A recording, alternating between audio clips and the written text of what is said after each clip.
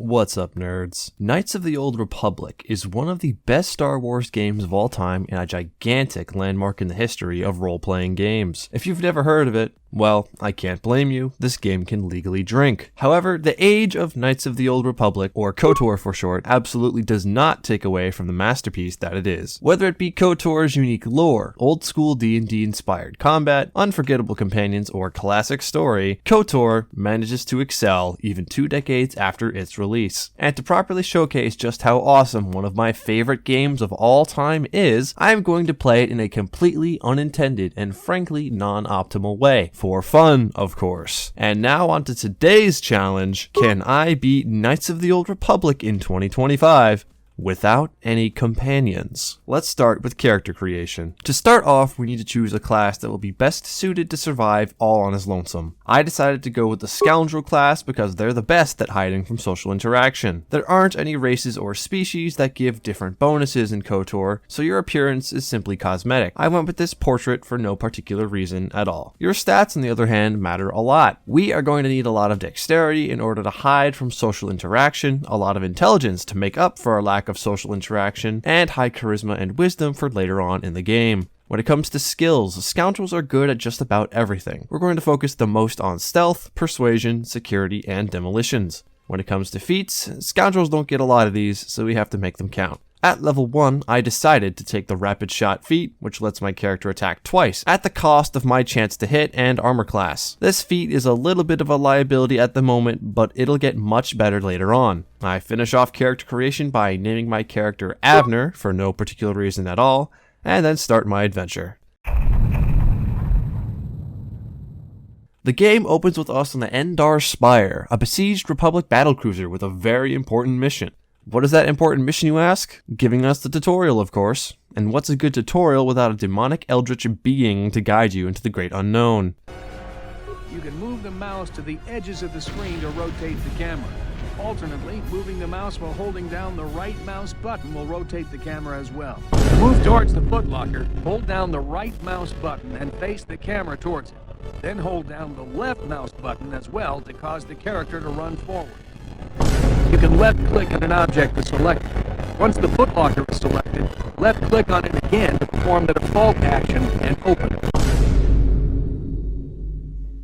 With no choice but to obey the superior being with apparent omniscience, Avner grabs his starting equipment from the nearby chest. It's after this that I find the first roadblock of today's challenge. During the tutorial, you are forced to have Trask in your party, and there's no way to put him on the bench. This is okay though, because as long as this companion doesn't help me in combat, I am still doing things solo, and therefore completing the challenge. All we really need Trask to do in the tutorial is open one door. After that, we can turn on the game's built-in solo mode and ignore Trask forever. Avner cautiously moves a little further into the ship before suddenly receiving a communication from Carlo Nassi, a superior officer on the Endar Spire. He tells everyone on the ship to move to the bridge so they can form a proper fighting force to repel the invading Sith troopers. Even though our criminally inclined MC doesn't enjoy having to take orders from the Fed, the Republic is paying him very good money to be here, so he has to oblige. Despite my best efforts, the tutorial is doing its darndest to keep our buddy Trask at my side. It's a little annoying, but it's easy to rectify by simply taking control of him and manually placing him far away from me.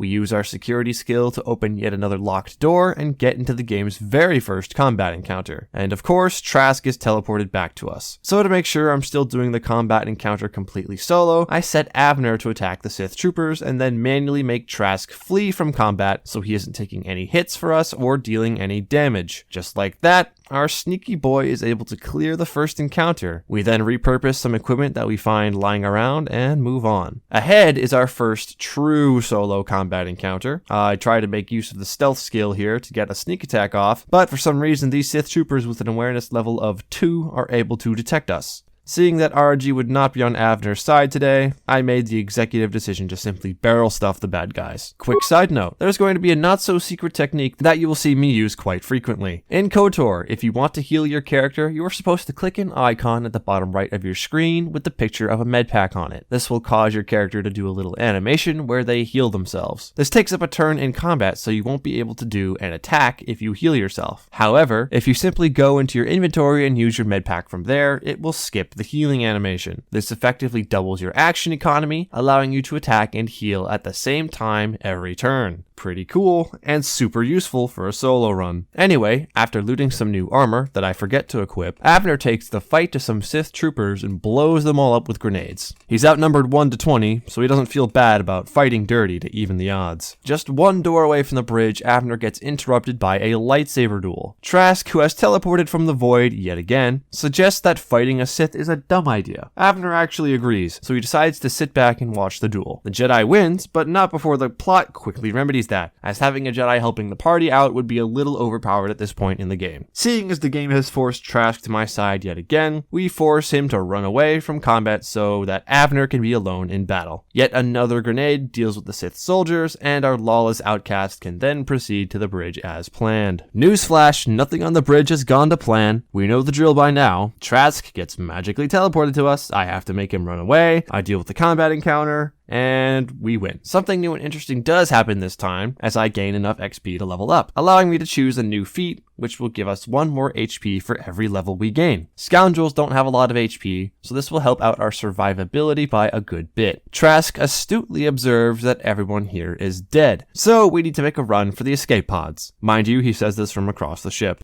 At this point, our poor MC is just trying to get out of this predicament alive, so he'll do whatever he needs to do. Just as he gets ready to make a run for the escape pods, Trask runs ahead of him. There's something behind here. Damn, another Dark Jedi. I'll try to hold him off. You get to the escape pods. Go!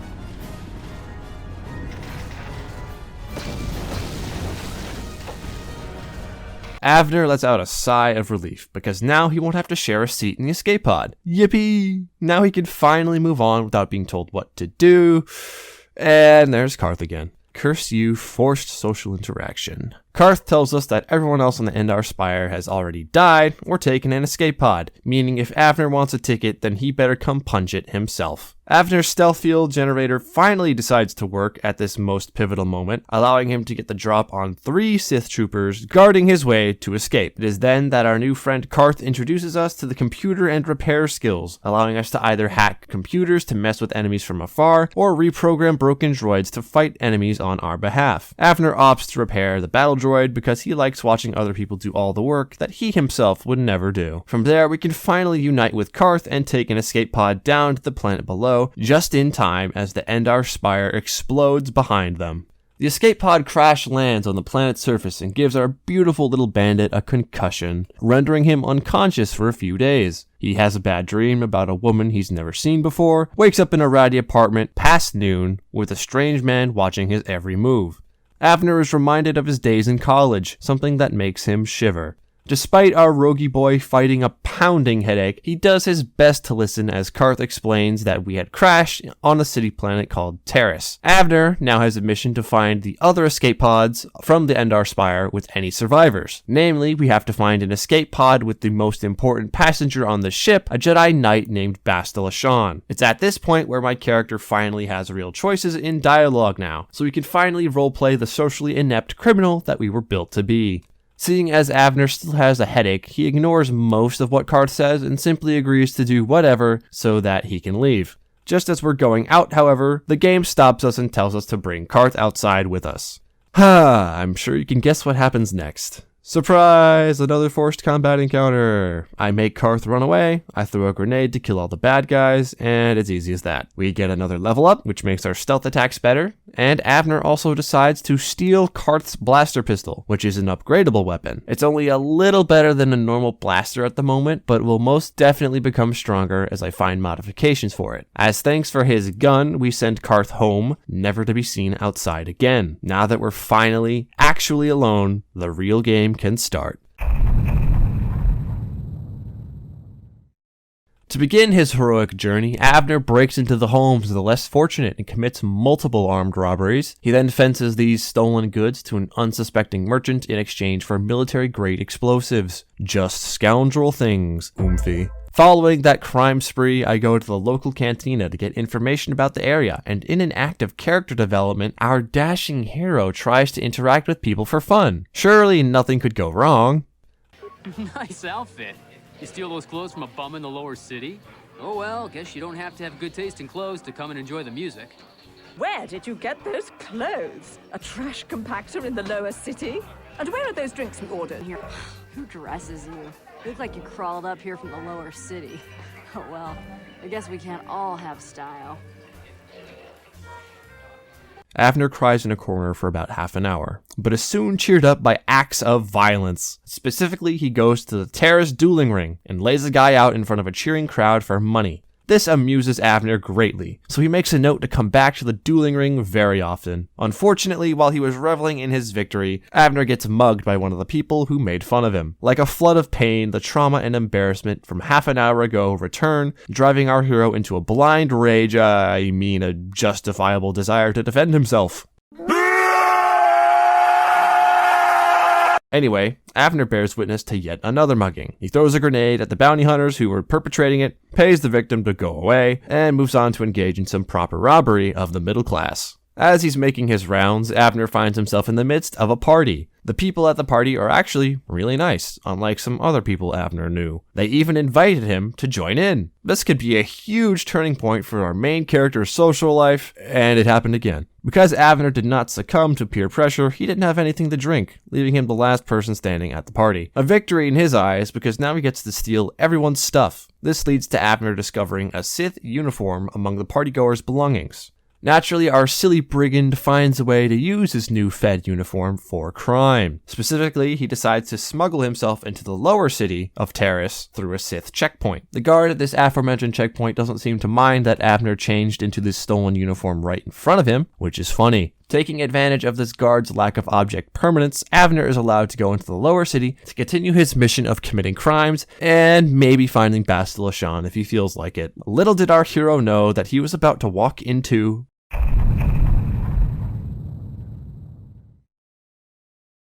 After entering the lower city, our seedy hero is greeted by an uncouth fellow and a group of his allies controlling a certain area to run their illegitimate business. Seeing as these are very dangerous people who regularly disobey the law, Avner is not going to get out of this situation without a fight. This is the game's first annoying solo encounter because you get jumped by 3 enemies at once in a small area. It does take a few tries, but after getting a free sneak attack on one thug, he's able to chug through a few mind-altering inhibitors to deal with the other 2. As is tradition by now, Avner looks around for the nearest apartment complex and begins a new burglary spree. Unfortunately, he finds that the local gang, known as the Black Volkers, have already got there. Not looking to be outdone at his own game, he begins a guerrilla warfare campaign.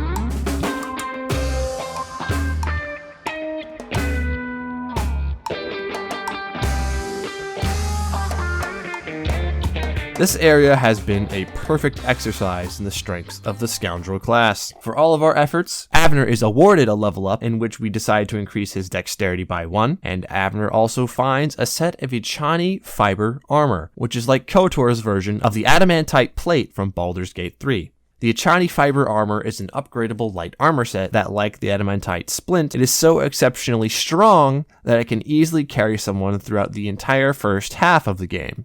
Feeling swanky in his new armor, Avner feels more than confident enough to take on a new challenger in the Terrace dueling ring. Girl on 2 Fingers, a tough guy with a weird name that sounds a little dirtier than it should, did not stand a chance. Our risky rascal collects his pay for the match and notices a strange spectator in the lobby of the cantina. Upon investigating him, the spectator mocks our hero. This mustard-colored loser is Bendak Starkiller, the most famous duelist on Terrace. He's won over 100 matches to the death, amassed a gigantic fortune, has become feared by everyone, but most importantly, he's a living legend. He calls Avner a nobody, and tells him to run off. A lesser man would have been angered or emasculated in this moment, but this only leaves our hero thinking. A living legend, huh? That's a title Avner wouldn't mind taking for himself. For now, though, it's time to actually focus on our mission. Avner visits the Section 8 cantina to find information this time, and we walk into a gunfight between 3 gang members and a beardless dwarf. Said dwarf mops the floor with the gangsters, and Aura walks past Avner.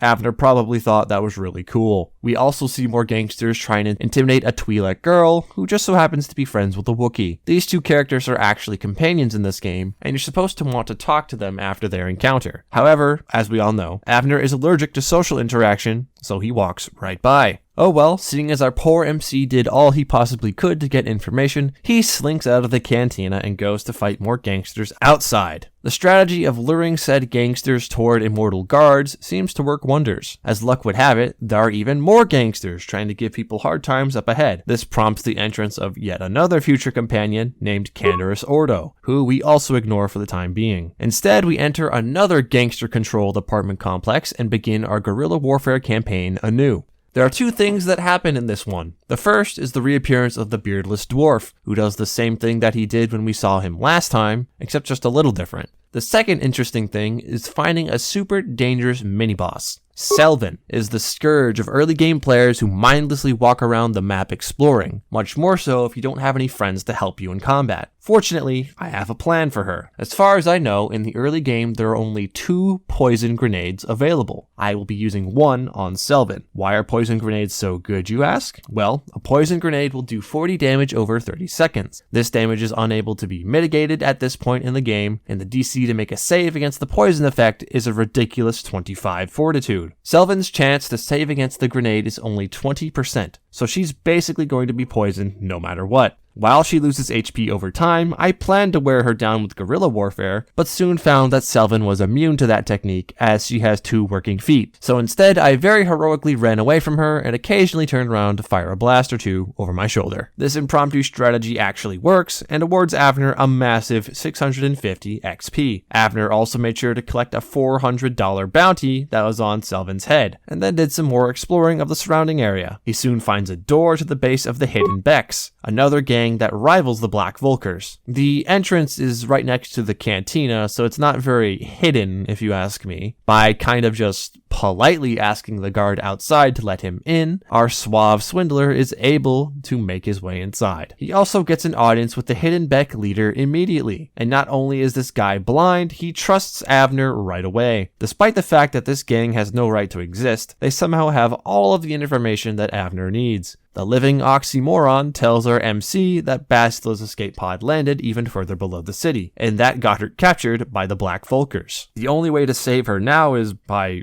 winning a pod race. That doesn't interest Avner very much. What does interest him is that the Beck leader is willing to pay for robbery. Now we're talking. Specifically, Avner will need to steal the best pod racing engine ever made so that he can cheat in this race to win and save Bastila. However, he will have to give up his Fed disguise as payment for this information. For the love of the game and a deliciously devious plot, Avner goes all in. In exchange, he's given authorization papers that let him go anywhere he wants in the city, and he's also given information about Mission Veo and Zalbar, the Twi'lek and Wookiee that we ignored in the cantina, because they can get Avner into the place that he needs to burglarize. There's just one small problem. Mission and Zalbar are currently in... As soon as I arrive, I'm attacked by a frame-destroying texture bug that makes me feel like I'm living in a broken TV. It turns out this was caused by grass textures. After banishing all grass in the galaxy to the Shadow Realm, Avner tries to avoid social interaction as best he can by running toward the exit gate of the shantytown. But as he tries to leave, he finds out why I call the Terrace Undercity Hell. This is because of the evil-ass Sith Cancer zombies, also known as rat ghouls. These bastards are a pain to deal with. Not only do the stronger ones inflict poison every time they hit you, they can also swipe away half your HP in one hit. Boy, am I glad this isn't a permadeath run. After killing the Golem wannabe, we are awarded a level up, which allows me to take the dual wielder feat. As one would assume, Avner can now use 2 guns instead of 1. We take this increase in power level as an opportunity to complete yet another round in the dueling ring. Our resident reprobate may cheat just a little by using his personal force field once or twice, but a dub is a dub in a scoundrel's book. It's a long walk back down to the Undercity where Avner fatefully meets Mission just outside the shantytown gate. She informs him that Zalbar has been captured by Gamorrean slavers in the sewers. Our MC agrees to help free him in exchange for access to the Black Vulcar base, which will soon be burglarized. Since Mission is a fellow scoundrel, she recognizes a fair deal when she sees one and joins our party, only for her to immediately be sent home. Avner also finds Canderous down here as well, and together they fight off some rat ghouls. Thankfully, Canderous leaves Avner alone afterward, which is a relief. Avner didn't want to talk to any more people today. Avner then hunts down some rat ghouls, bombs some Sith, hunts down some more rat ghouls, dies to some rat ghouls, gets really mad because his last save was a long time ago, and then goes full attack of the clones on the rat ghouls. It's time to delve into the city's sewers and infiltrate the Black Vulcar's base. We first make use of the stealth skill to scope out the area. Avner notices that there's going to be a lot of unfair fights waiting for him, so he needs to find a way to even up the playing field. He finds a solution in the form of a broken down droid. With a handful of droid parts, he skillfully reprograms the little guy to fight on his side. With a combination of guerrilla warfare and baiting enemies into the waiting claws of his droid friend, Avner is able to clear out these sewers in no time. Remembering why he's actually here, Avner quickly puts Mission into the party so she can free Zalbar from a locked room, and then brings Mission to come unlock a different door which leads to the Vulcar base. As payment for her services, both Mission and Zalbar get to sit around in the apartment with Karth forever. I'm sure Karth will be thrilled to have new friends. There turns out to be a few little complications before Avner reaches the Vulcar base, those being a few small enemies and one very big enemy in the form of a Rancor beast. Thankfully, since I've played this game a few times, I know that the game wants you to complete a little puzzle here. By putting a grenade and a vial of Axe body spray into a pile of corpses, the Rancor will inhale the grenade and die from a brain explosion. From there, we can make our way to the Vulcar base. The smell of profit fills the air in here. Avner takes a few generous breaths, psyching himself up for the mission of a lifetime. Yeah, he says, it's scoundreling time.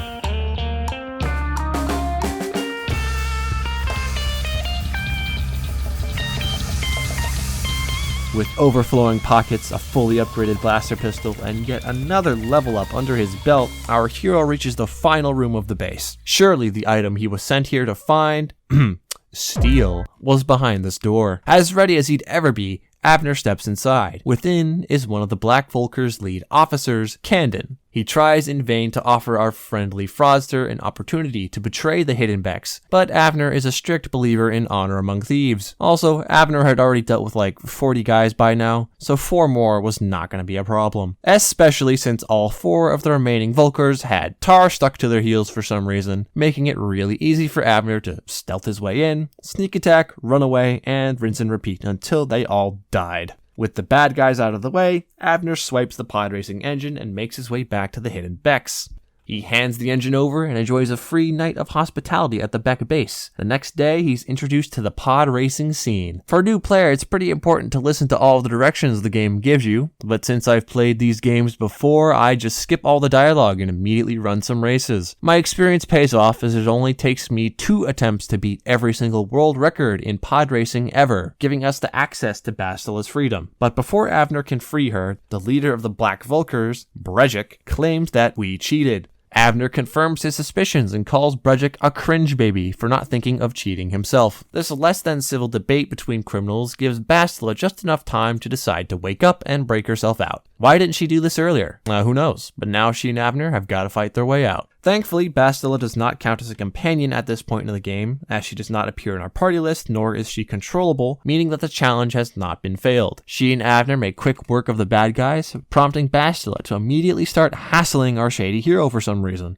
Bastila calls his rescue attempt lame and dumb, and that she could have done everything all on her own. Abner disagrees with her evaluation and points out that he's actually awesome and smart. Besides, he didn't even want to save a Jedi today. That was Karth's idea. Bastila immediately runs with that and places all of Abner's achievements on Karth, despite the fact that Karth has been rotting in bed back at the apartment. The two of them bicker over things all the way back to Abner's companion prison. Upon arriving there, Bastila tries to get Karth on her side of the argument, but even he is able to recognize that Bastila is being a hassler. Abner thinks this is hilarious. Anyway, now that Bastila is saved and can be returned to the Republic, our hero has lived up to his end of the deal. The only thing he wants now is to be off this planet as soon as possible. Thankfully, a lead immediately presents itself as he steps out of his apartment. Canderous Ordo has finally decided that he wants to be a part of the plot, so he sent a messenger giving instructions to meet at the local cantina. Abner thinks Canderous is a pretty chill guy, so he agrees. At the cantina, Canderous formally introduces himself and mentions how impressed he is about our MC breaking every pod racing record ever in just 2 tries. Canderous completely trusts Abner because of this, and has decided to let him on his diabolical scheme to escape Terrace. Seeing as nobody can leave the planet without being blown up by orbiting Sith warships, one would need to steal some Sith launch codes to fly under the warship's radar. To steal those launch codes, one would need to break into the local Sith military base. If Abner had a nickel for every time a criminal had asked him to steal a modification for a vehicle from a heavily guarded base, he'd have 2 nickels. Abner loves nickels almost as much as he loves burglary, so he's more than happy to take the deal. Before starting the job, however, Abner makes a quick pit stop at the dueling ring to finish up the last of his matches. He hasn't forgotten his plan to become a living legend after all. For Marl, an old man with a stick, the old Selvan strategy works wonders, and for the dueling champion Twitch, Abner straight up cheats by using his personal force field like 5 times. Without much challenge at all, our hero has become the dueling champion of Terrace. This leaves just one opponent, the mustard loser Bendak Starkiller. Becoming the dueling champion of Terrace has finally won the guy's attention, and he's even agreed to participate in a death match with our hero, should we dare to accept.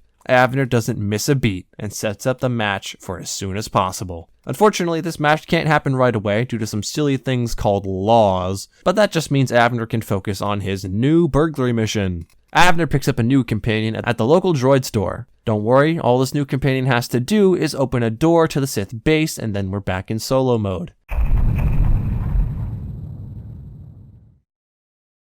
Since our kleptomaniacal mastermind has already done this sort of thing before, everything in the Sith base is a breeze. Abner stealths, sneak attacks, runs, and repeats until everything in his way is dead. At this point, he's just so stacked that the only interesting fight to talk about is the base's giant guard droid. It seems intimidating at first, but since I've played this game before, I know just to hack into the Sith base's systems and disable the droid's shield. Unlike other enemies, the guard droid is able to chase after Abner, making it somewhat difficult to run away from. But for some reason, after the droid does one melee attack, it will stay completely still afterward. We can take advantage of this design flaw to hide in the shadows every time this happens, opening the droid up for sneak attacks. It only takes 3 rounds of this strategy for the droid to be scrapped. With no enemies left to face him, our hero makes his way to the final room of the base to find the Sith launch codes. Within the final chamber, Abner finds his arch nemesis, the legendary Super Fed. He's like a normal Fed, but with twice the HP, 5 times the damage, and the Force because this guy is actually a Sith. Fighting the Super Fed with a full party in a normal playthrough requires the utmost teamwork, attention, and strategy, as it is very common for him to either CC your entire party at once or straight up one-shot people. However, the Super Fed is only a problem if you intend to fight fair, and our hero isn't held back by such weaknesses. In his journeys, Abner has been leveling up his demolition skill, which is a scoundrel specialty. This has allowed him to not only disable mine traps,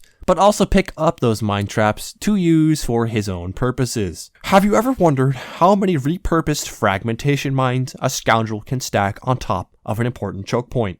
The answer is 15. Can the Force protect someone from that much explosive ordnance exploding under their feet all at once?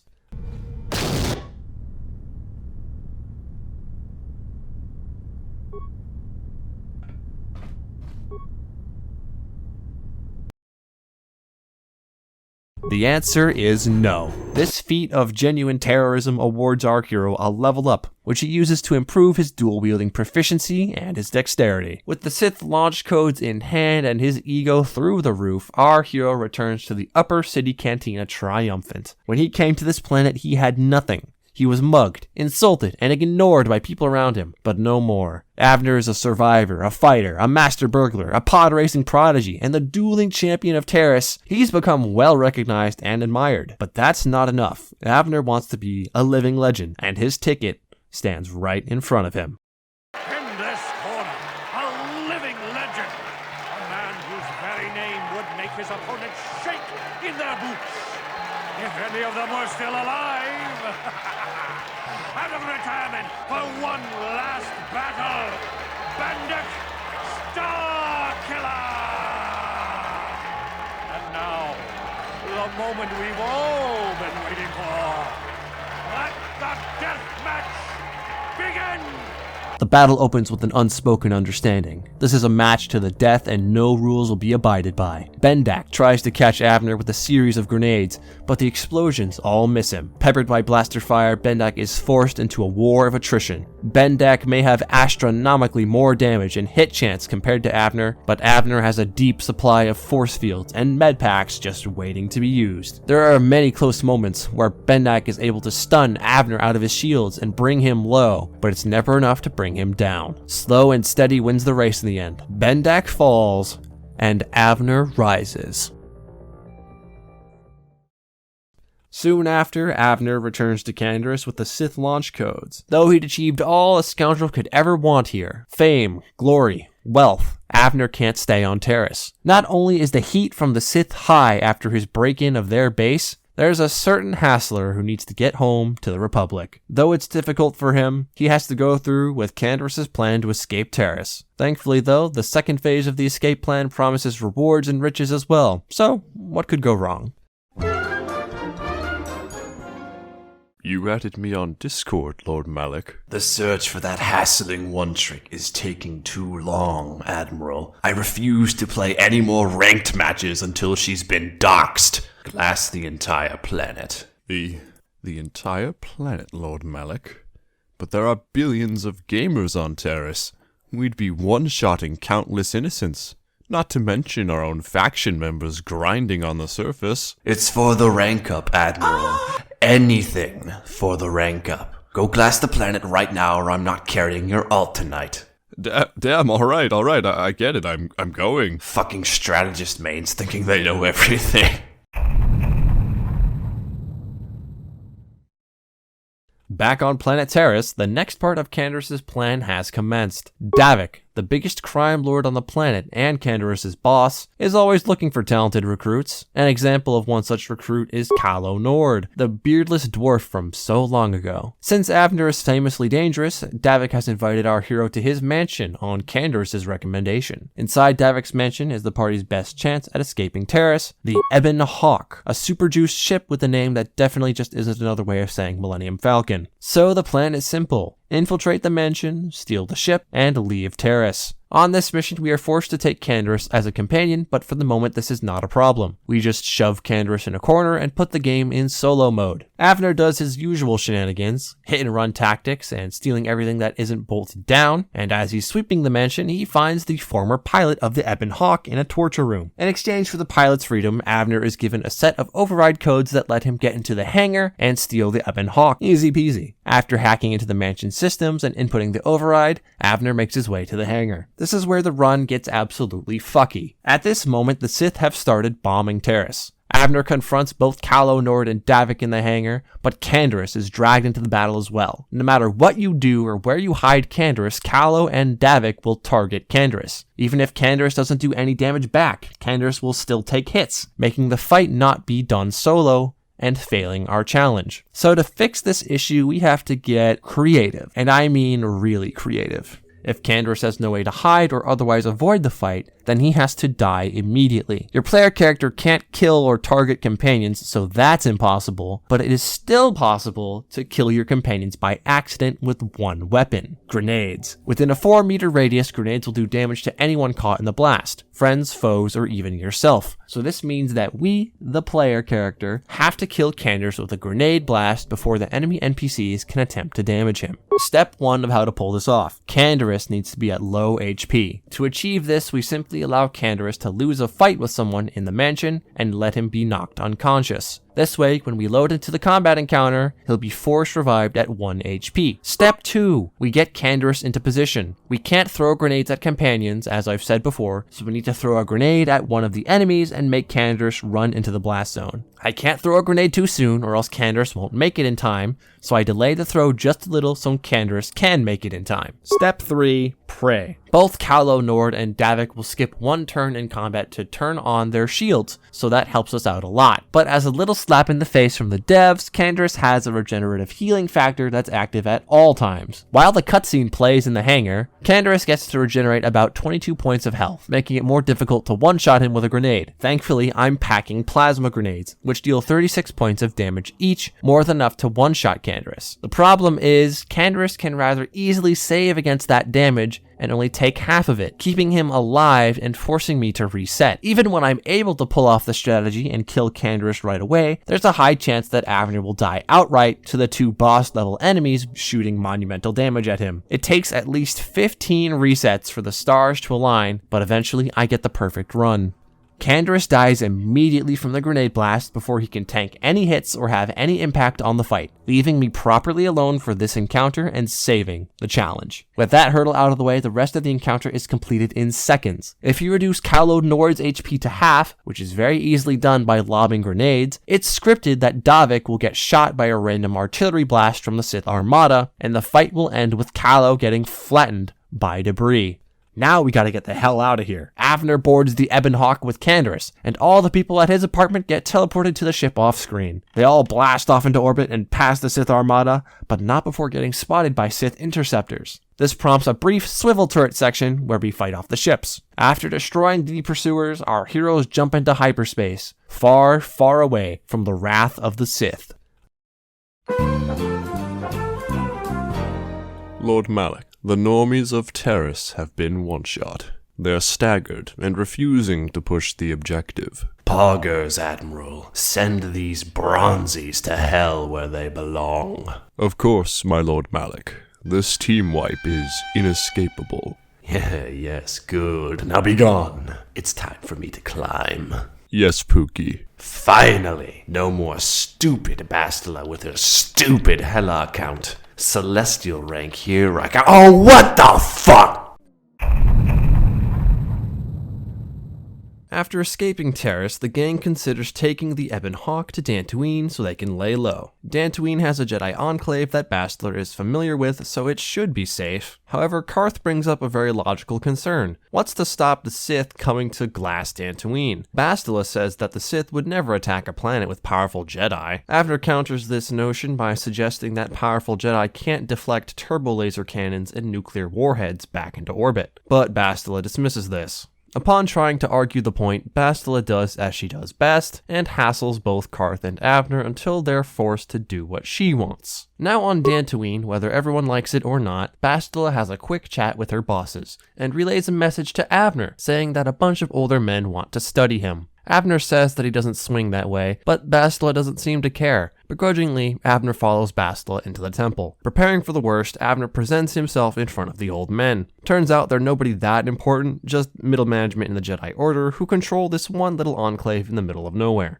Since Avner used to be pretty famous, he demands to talk to someone in charge, like someone from the real Jedi Council on Coruscant. But the old men dismiss this idea. They are the law out here, and they don't need no city folk telling them what to do. Surely this has led to no dangerous galactic decisions in particular. Anyway, what's really important is that the old men detect strong force sensitivity in Avner. Normally this wouldn't matter since the Jedi only indoctrinate children, but seeing as the Jedi are ridiculously desperate at the moment, they're willing to train anyone with a lick of force sensitivity inside of them. Avner didn't start a life of crime to go back to public school, so he prepares to object, but before he can get a word in, the old men declare that it is their nap time and dismiss Bastila and Avner back to their ship. Not one to turn down a free escape from public speaking, Avner comps a snooze, causing him to have another weird dream.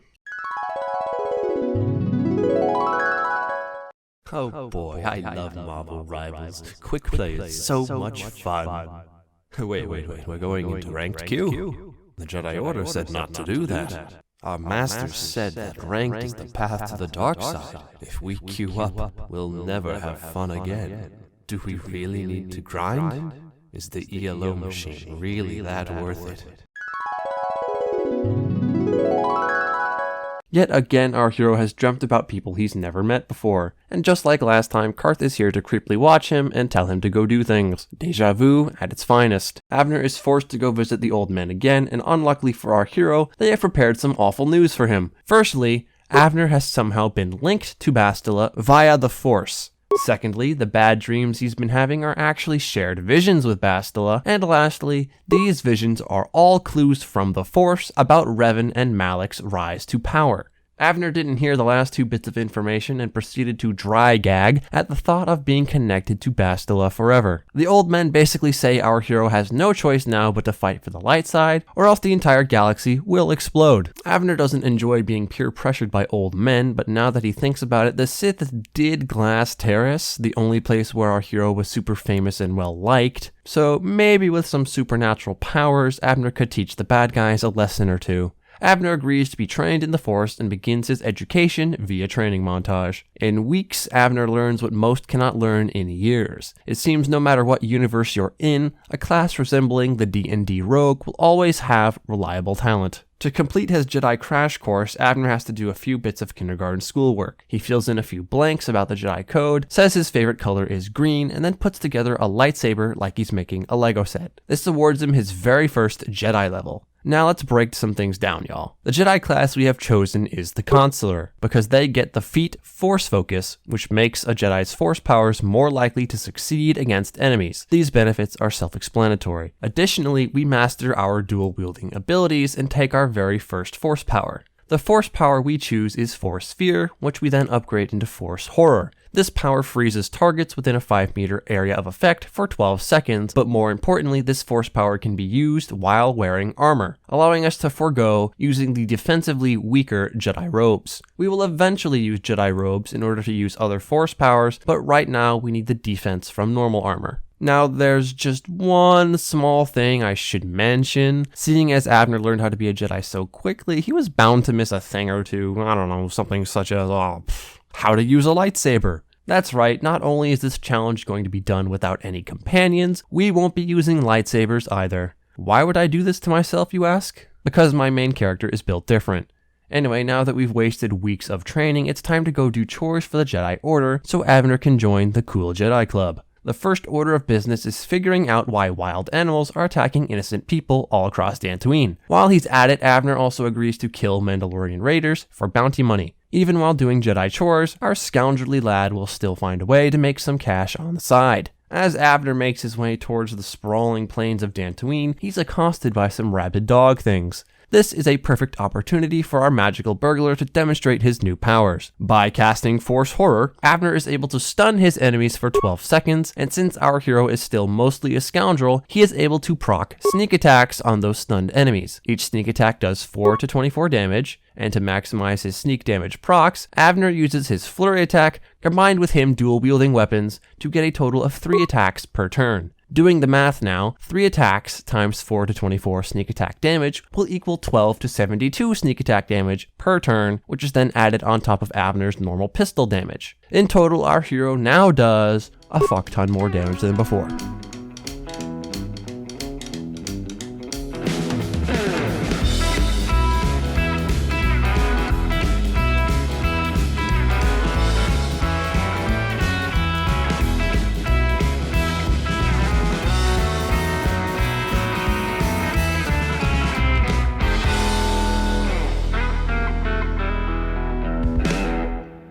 power of the Force has made our hero very strong indeed. The stun and gun strategy will be Abner's bread and butter for the rest of the challenge. Now, onto some interesting things that Abner found while reducing Dantooine's biodiversity. A crime scene. Apparently some guy was murdered and a Jedi named Baluk was sent to investigate, like the Fed he is. Abner didn't want to get roped into any kind of Fed business, but he changed his mind after hearing that the murder victim was a fellow scoundrel. Not only had the murder victim stolen money from his business partners through shady dealings, he had also been sleeping with another man's wife. If that isn't some by-the-book skullduggery, Abner didn't know what was. So out of respect for a peer, Abner puts this case to rest. F's in the chat for a real piece of garbage. Apart from that, Abner hunts down a few Mandalorian raider groups. They're far more difficult to kill than some random animals, but the bounty on their heads makes the battles worthwhile. Abner also finds a secret cave full of lightsaber crystals being guarded by weird spider things. Abner deals with the spider things and then collects all of the super rare, invaluable Jedi lightsaber crystals for himself. Naturally, he plans to pawn them off to some random merchant the first chance he gets. Abner's crimes against the local ecosystem award him a level up, and he is granted the stun droid force power so that he can use the stun and gun strategy on robots. After that level up, Abner hunts down the last few packs of problematic animals. One of these packs is led by an alpha dog thing. The alpha is much tougher than any of the other animals, mostly because it resists force insanity, but it's nothing a nice stock of med packs will not fix. Soon after taking out the alpha, Abner is attacked by a cat girl Jedi.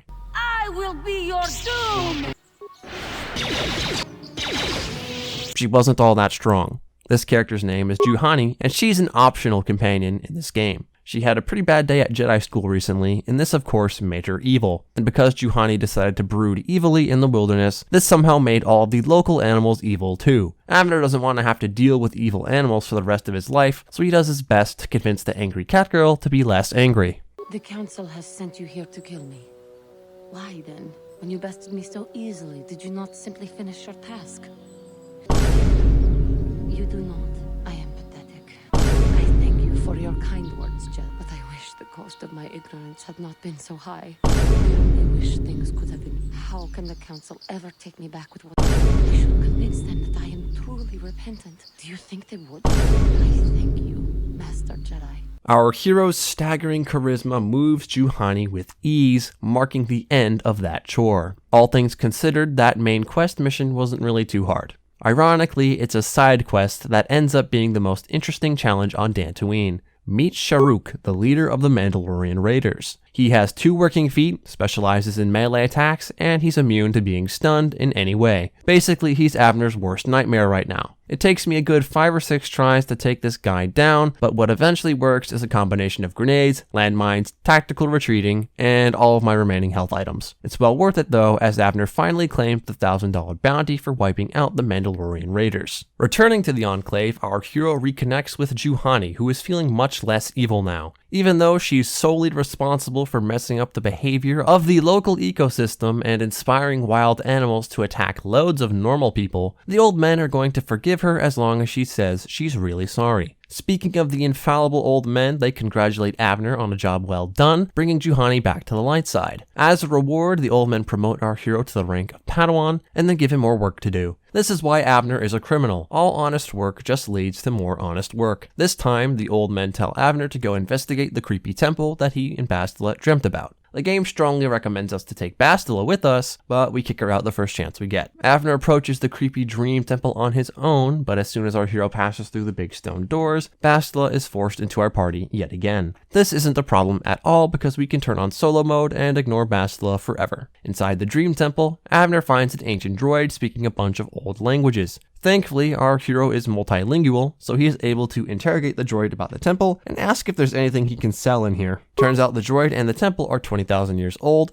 The temple belonged to a super ancient empire of people known as the Builders, and the reason this temple exists at all is to protect information about something called the ELO machine. Abner swears that last bit of information doesn't sound right, but the script of this video insists that it is, so he has to roll with it. Abner has no idea what an ELO machine is, but if it's 20,000 years old, then it must be valuable. In order to get more information about it, Abner has to complete the temple's trials. This isn't too much of a bother since the temple's trials are essentially 2 kindergarten vocabulary checks. Completing the trials opens up the temple's final door and reveals something called a star map. Before Abner can try and determine its market value, Bastila stops him and tells Abner that this map is supposed to lead to the ELO machine. Unfortunately though, the star map on Dantooine is only one piece of a puzzle. The other pieces seem to be securely located on the planets of Kashyyyk, Tatooine, Manan, and Korriban. Abner senses a series of high-profile heists in his future, which is something that makes his scoundrelly brain happy. With the star map in hand, Abner leaves the temple and once again dismisses Bastila. He then makes a pit stop to break into a random rich guy's house. Why does he do this?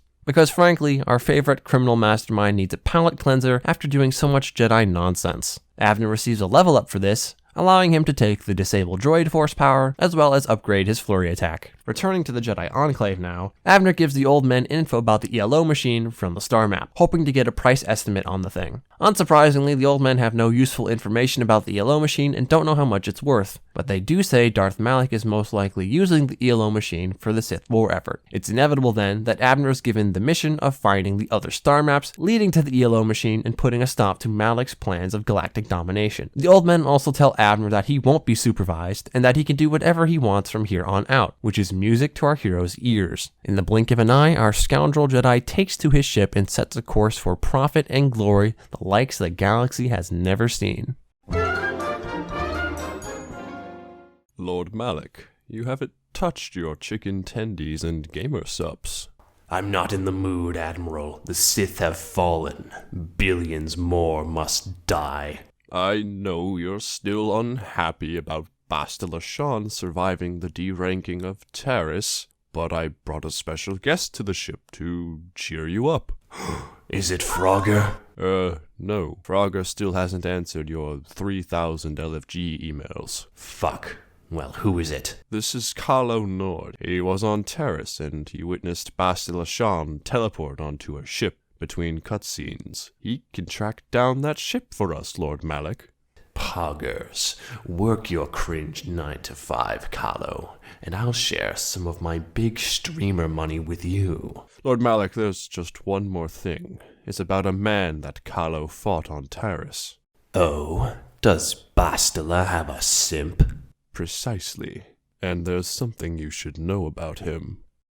Back on the Ebon Hawk now, our hero is about to execute Phase 1 of his grand plan to steal the ELO machine. Just before his plan can commence, however, Zalbar tells Abner that someone has been stealing food from the cargo bay and that he should check it out. A thief stealing from another thief on a stolen ship? It's more likely than you'd think. Abner looks around the ship for the amateur and ends up hearing footsteps behind him. He follows the sound of these footsteps until he catches the mystery thief in the cargo bay. Turns out the Ebon Hawk has a stowaway in the form of a young girl named Sasha. Abner prepares to give an overly detailed rundown of all the things Sasha should have done to make sure she didn't get caught stealing, but he soon finds out that while she can understand him, he cannot understand her. Apparently she speaks the Mandalorian language, but in a very, very broken dialect. Abner makes an uncharacteristically earnest effort to understand a fellow scoundrel in Sasha and is eventually able to communicate with her. Unfortunately, since Abner can't charge a child rent, he tells Sasha that he'll have to fly back to Dantooine and find her folks for her. Upon going back to Dantooine, the literal first person Abner sees is the person who will take Sasha back to her family. With a heartfelt goodbye in Sasha's own little language, Abner sees her off.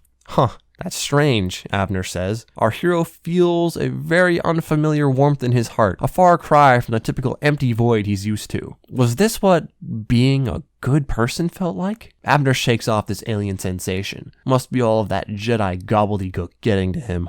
In order to run away from his rapidly shifting morality, Abner recommences his master plan. Step 1 is to go on a shopping spree. A scoundrel always knows where to get the best deals, and in our case, the best deals are on Yavin 4. Well, not really on Yavin 4, but on the space station above Yavin 4. Suvam Tan is a smuggler who sells some of the best items in the game. Not only does his stock refresh as the story of KOTOR progresses, for some reason Suvam Tam has the best sell rate in the game. If you want to sell items in KOTOR, most merchants will buy those items at 25% of their sale value. This rate can't be changed by any feats or using charisma. However, our boy Suvam Tan will buy items at 65% of their base value because he's the best. It's for this reason that I've been waiting since Terrace to sell off most of the items that I've collected. After offloading all of the gear that I won't be using, I make a gigantic profit of 23,000 credits. Using 8,500 of them, I buy some advanced stabilizer gloves from Tan that increase my dexterity by 3. Next, Avner flies to Korriban, one of the planets where a star map is located. He's not here to complete his mission just yet, but rather he's here to shop for some black market goods. Seeing as this is a planet mostly controlled by the Sith, he figures that as long as he can stay low, he can snag some diabolical merchandise that the Republic-controlled worlds would never sell. Though laying low turns out to be a bit difficult considering the violent whims of the population of Korriban. Immediately upon entering the palace, Avner is put on the spot by one of the local Sith. This Sith asks Avner how he should humiliate and / or kill a bunch of innocent brown nosers. Since Avner wasn't ready to interact with people just yet, he doesn't have any funny ideas, so he just tells the Sith to let the people go unharmed. Miraculously, this works. That's twice today that Avner has unintentionally done a good deed. Flustered and desperate to escape that dreaded warm feeling in his chest again, Avner looks around for more psychopaths to talk to. He's in luck, as a group of them try to goad Avner into a fight. They dare our hero to amuse them or face the consequences. Avner prepares a killer joke that's sure to make the Sith lash out, but strangely though, the joke was actually good, and the Sith kinda just let Avner go for doing what they asked. God damn it, Avner says. How's he supposed to keep up this facade of being a hardcore criminal if his character keeps developing? Thankfully though, Avner is able to find an illicit goods merchant to satisfy his scoundrelly urges. Our hero purchased Kossus Fett's heavy pistol for 10,000 credits. This monster of a gun is the actual best blaster pistol in the game. It's roughly twice as good as any of our current blasters, and the fact that you can get this thing right after leaving Dantooine is just criminal. While we're here, Avner also purchases a better stealth generator for himself. Avner then takes a quick trip to Tatooine, as this is yet another world with good illegal goods. He purchases a pretty decent heavy blaster pistol and accepts a colony of little animals called Gizga onto his ship without asking any questions. The game tries to convince you that these little guys are pests, but they're actually super cute and love being petted. For these reasons, Avner will be keeping them on his ship for the rest of the game, and all of my benched companions will have to deal with it. Now it's on to step 2 of Avner's master plan, actually finding some star maps. He chooses Kashyyyk as the first planet to visit and punches a course. Upon landing there, Avner is greeted by a corpo who tries to steal money from him. He politely protests this unjust theft and politely tells this guy to go away. Moving further into the settlement, Avner notices a few peculiar things. Everything in this settlement seems to belong to a specific intergalactic company called Zerka Corporation. Avner's heard that they're pretty rich, so that means there's things to steal, which is good. What is not good, however, is when Avner notices a mechanic being held in indentured servitude under a merchant. Apparently the mechanic owes some kind of a debt to the merchant, but still, Avner isn't a fan of his situation. Hopefully that kind of thing doesn't become a trend on this planet. Oh no.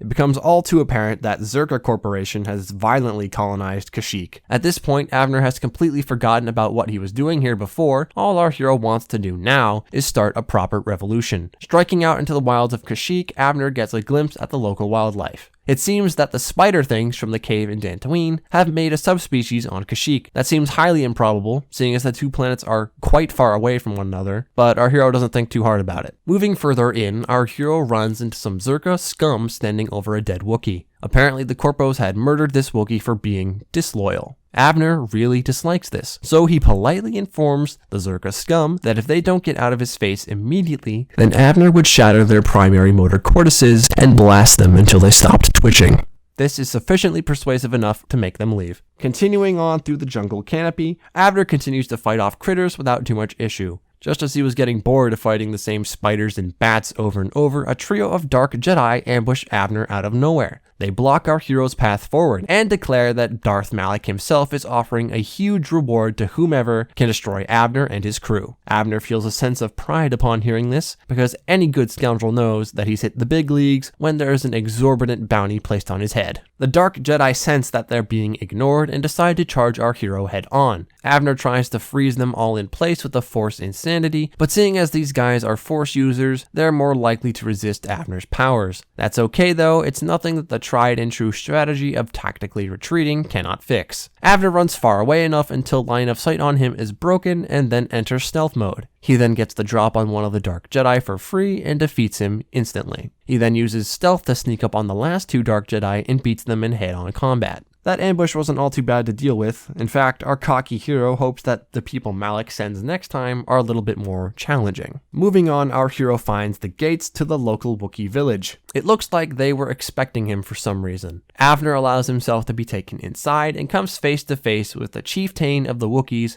Chundar. So there's a lot of history to explain here. Firstly, Chundar and Zalbar are brothers. Secondly, Zalbar was banished from his village for attacking Chundar. And thirdly, Chundar is an evil bastard who's selling his own people to Zerka Corp. The only reason Chundar is in power is because Zalbar has been banished, and their father, Freyr, has supposedly gone crazy. To prove just how much of a loser he is, Chundar says that he'll be keeping Zalbar hostage in the village until Abner completes a chore for him. Abner doesn't want to have anything to do with a furry fascist, but Chundar may or may not let slip that his chore involves finding Freyr in the jungle. Our hero realizes that this just may be the key to starting a revolution around here, and sets off to find the old Wookiee. All it takes is a little bit of a walk for Abner to reach the basket that lowers him down onto the jungle floor.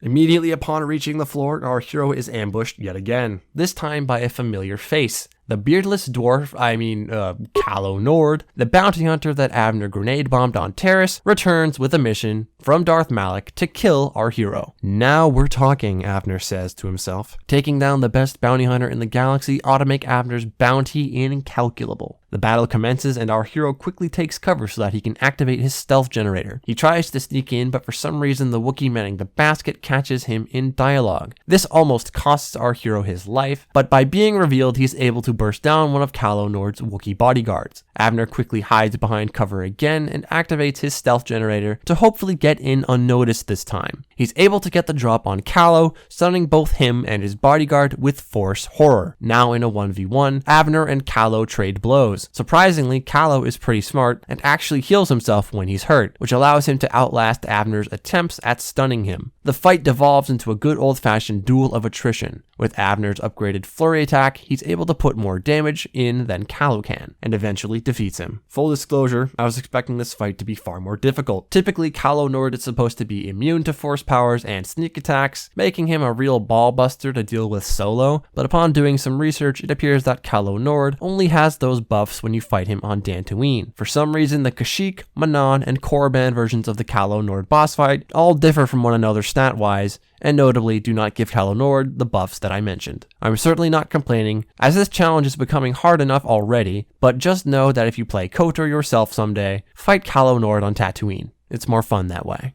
Defeating Calo Nord awards our hero a level up, which he uses to increase his Riz and learn the Force Push power. Pushing further into the jungle, our hero encounters a couple new creature types. There's some dog pig things that regenerate health over time, and funny monkeys that flip and make too much noise. Additionally, Abner finds an old man Jedi fighting off some of the dog pig things. His name is Jolie Bindo, and he is yet another potential companion for our crew. He invites our hero to come talk at his hut. Abner has had some recent experience talking to old men, so he has a feeling that he's about to be put to work. Unsurprisingly, that's exactly what happens. Jolie says that some Zerka Corp scum have come down to the jungle floor and started stirring stuff up, so he wants them kicked out. Rather hilariously, he also wants them gone because one of their guys messed up his garden. Just as Abner sets off to go find the Zerka scum that Jolie mentioned, he gets distracted by chasing some monkeys. This momentary distraction leads him to finding a crime scene. At the crime scene, there are 2 dead bodies and a broken droid. Our hero accesses the droid's memory bank and discovers that the merchant from the landing pad, who's been holding the mechanic under indentured servitude, killed the mechanic's friends in order to trap him on Kashyyyk. Abner drops everything he's doing at the moment and runs back to the surface of the jungle to resolve this. His revolution was starting now. He heads to the landing port teleport and confronts the merchant about the murder of the mechanic's friends. The mechanic naturally doesn't take this well, and given the choice between letting the diabolically evil merchant run away or taking him out for good, Avner tells the mechanic to give the merchant his due comeuppance. This decision does give us some dark side points, but Avner is willing to live with that. The mechanic gets to take over the merchant's shop and inherits his assets so he can buy his way off of Kashyyyk. It also doesn't hurt that the mechanic gives our scoundreling lad some credits for his trouble. Nice. Now back on the forest floor, Avner finally finds those Zerka guards who Jolie wanted removed. Our hero discovers that the only way the Zerka people are allowed to operate down here is by using sonic emitters to scare away large predators. Naturally, this means the emitters need to be turned off. This is actually pretty easy to do, as all Avner has to do is convince 2 guards to turn off their own emitters. As the machines turn off, a gigantic monster immediately comes to investigate the camp and chases the company out. Avner returns to Jolie with the good news, and in return for his actions, Jolie joins our hero's party and guides Avner into the deeper parts of the jungle so we can find Freyr. While we do have a complication in the form of required companion now, the tried and true solo button will make our lives much easier. Upon entering the deeper parts of the jungle, Avner witnesses a group of Mandalorians assaulting a Wookiee. Our hero jumps into action, and so does Jolie. To make sure he doesn't fail my challenge, I pilot Jolie away from the battle while Avner takes care of business. Upon saving his life, the wounded Wookiee tells our hero that the Mandalorians have been employing stealth technology to ambush Wookiee hunters with no provocation. Avner knows a thing or two about stealth ambushes, and he can tell that the Mandalorians aren't worthy of his honorable scoundrel tactics. To teach these posers a lesson, Avner agrees to take out any Mandalorian patrols he comes across. Little did our hero know that he would come to regret this decision later. Advancing fearlessly into the heart of the jungle, Avner gains a substantial level up as it lets him choose 2 new force powers at once. He chooses to upgrade his force push to force whirlwind, which will become extremely important very soon, and upgrades his force horror to force insanity. Avner immediately gets to put his new powers to use as he runs into Zalbar and Chundar's father, Freyr.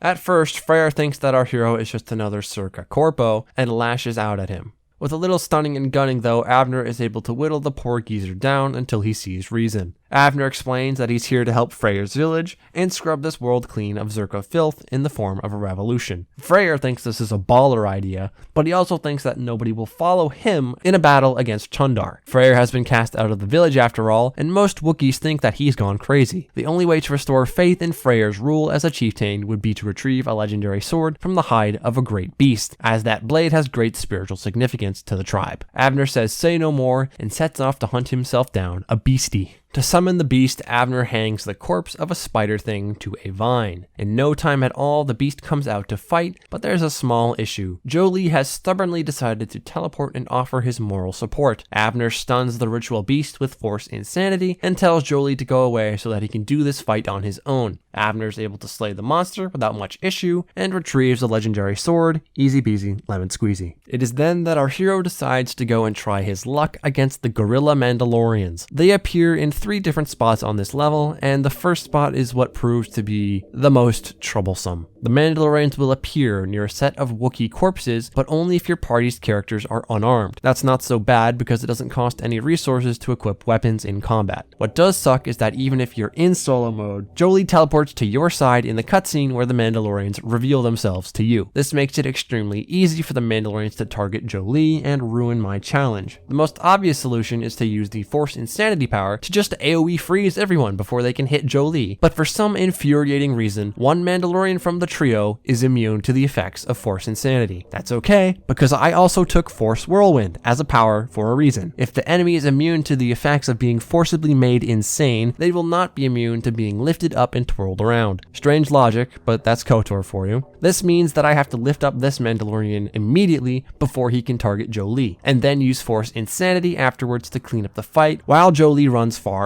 away. Quite frankly, this encounter is up to luck. Not only does the first Mandalorian have to decide to target Avner for this strategy to work most of the time, every enemy has to fail their saves against Avner's force powers. There's quite a few times where I have to reset simply because the Mandalorians did not want to be stunned. And to add a crap cherry onto this pile of misery, in my attempts to quick save and quick load, I accidentally soft-locked myself. Every time I retried the encounter, I would be loaded into the cutscene right away with no time to prepare. Attempt after attempt after attempt failed. I was seriously considering reloading an older save just to escape this fresh hell.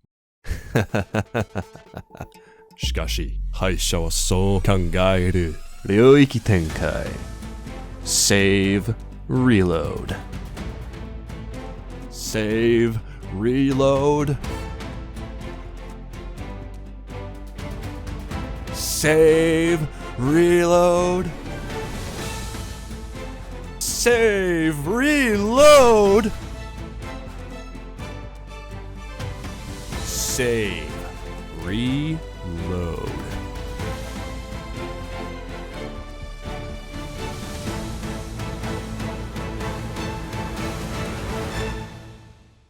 Well, that sucked. I did have to do the same thing 2 more times, but those attempts went way smoother compared to the first try. By defeating all the stealthy wannabes, Avner can present the Mandalorian leader's helmet to the wounded Wookiee. The Wookiee thanks me for a job well done and gives Avner an item that he'll never use. Nice. Avner decides to go on a little walk to decompress after the stress he had just endured, and on his walk he runs into the original reason why he went to Kashyyyk in the first place, a genuine star map. The map is guarded by a computer program, holographically displaying a strange alien species that Avner has never seen before. Interrogating the program reveals that it's been tampered with, and has gaps in its data of the past. The most obvious gaps are in recent history, with the machine unable to directly remember Revan and Malik's first visit. Makes sense that a Sith Lord would cover his tracks.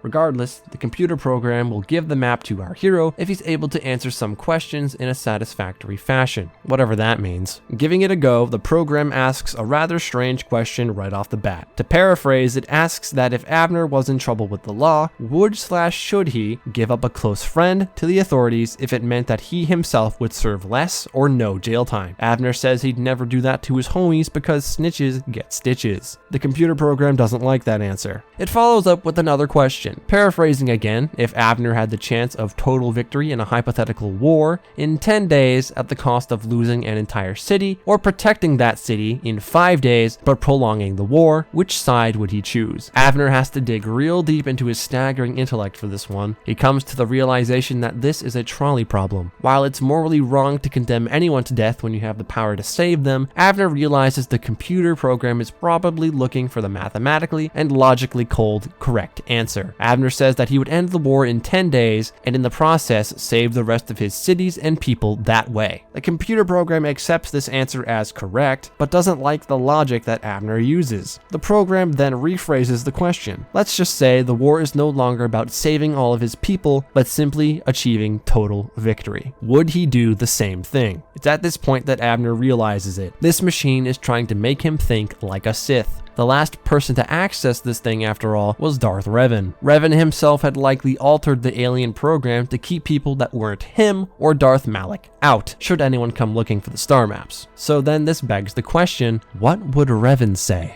Avner lets out a defeated sigh and says that he'd let his city get attacked in order to win. This works. The program recognizes Avner as worthy and grants him the star map. Avner wonders if it was worth it though. Granted, he was answering questions just so that he could complete his mission, but that program had brought out the worst in him, made him say things that he would never act on. All our hero can hope now is that he never becomes someone like Darth Malik, and never becomes someone like Darth Revan. With the star map in hand, there's only one thing left to do on Kashyyyk. Avner returns to Freyr with the spiritual sword and presents it to him. Freyr declares that his people will be free and rushes to the treetops. Avner follows, but is ambushed on his way there. The Chundar loyalists put up a good fight, but they're no match for our hero's righteous fury. Upon reaching the treetops, Avner is taken to Chundar's throne room for the final confrontation. He convinces Zalbar to take up arms with his dad and overthrow Chundar once and for all. Jolee does get teleported into the throne room with us, but that's not a problem. Every single enemy in the room is not immune to Force insanity, so all it takes is one cast to make them all freeze. With Jolee safely shoved into a corner so he can't intervene, Zalbar, Freyr, and Avner depose Chundar once and for all. As a reward for saving the village, Avner and Zalbar are given the completed spiritual blade to carry on their adventures. Avner also receives yet another level up. This level increases his chances for his force attacks to work. His passive armor class allows him to master his flurry attack and take a new force power in the form of force speed. Avner makes use of this new force power right away as he strips himself naked and runs toward the ship so that he can drive out the rest of the Zerka scum. Turns out the Wookiees had already gotten a head start. Abner throws out a force insanity here and there until the outpost is completely liberated. Kashyyyk has been quite the ordeal for our hero. There were ups and downs, good deeds and bad, but at the end of the day, helping to free a civilization of people from an evil intergalactic megacorp is not too shabby for a low-down, nerf-hurting scoundrel like Abner. Speaking of scoundreling, how many more of these star maps did Abner need again? 3 more? Finding them won't be too hard, right? Right?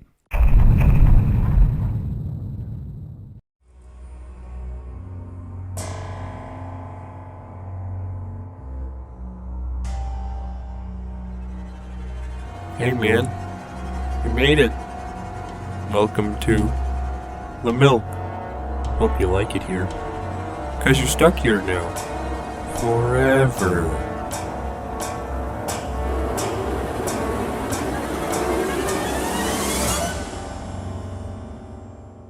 A few moments earlier, our hero had just freed Kashyyyk from Zerka Corporation's entropic grasp. Naturally, after a job well done, Abner felt like it was time for him to get paid, so he went off to visit everyone's favorite merchant, Suvam Tan. By offloading all of the items that he found on Kashyyyk, Abner was able to make a cool profit of nearly 40,000 credits. He took that boatload of credits back to one of his usual haunts on Korriban to buy some illegal goods in the form of performance-enhancing drugs. After that quick shopping spree, Abner decided to explore Korriban a bit more. On his little stroll, our hero ran into a fellow criminal. This criminal was aware of the Ebon Hawk and its history on Terrace, prompting the guy to ask if our hero works for Davik. Abner bluntly said that Davik died on Terrace and that he stole his ship for himself. The criminal didn't seem to mind our hero's candor, and if anything, he respected the hustle, but what he did mind was an unfulfilled deal that Davik had with him. Apparently, the Ebon Hawk was housing a secret cache of spice that was meant to be delivered a month ago. The criminal was willing to pay for the return of the spice, despite it being overdue. Never one to turn down free money, Abner selflessly volunteered to fulfill the deal. The criminal provided a passcode for the spice. Sure enough, entering the passcode into a secret compartment allowed Abner to find and retrieve the spice for the criminal. This netted Abner a fairly decent 1,500 credits. Nice. Naturally, when the criminal offered Abner even more money for some simple work, how could our scoundrelly lad refuse? The job was simple. Take a mysterious box to Mata the Hutt on Tatooine and be paid for its delivery. The only catch being that Abner was not to open the box under any circumstance. Sounds simple enough, Abner said. Just like that, the box was loaded onto the Ebon Hawk, and there it sat. Now all Abner had to do was go to the cockpit and fly to Tatooine.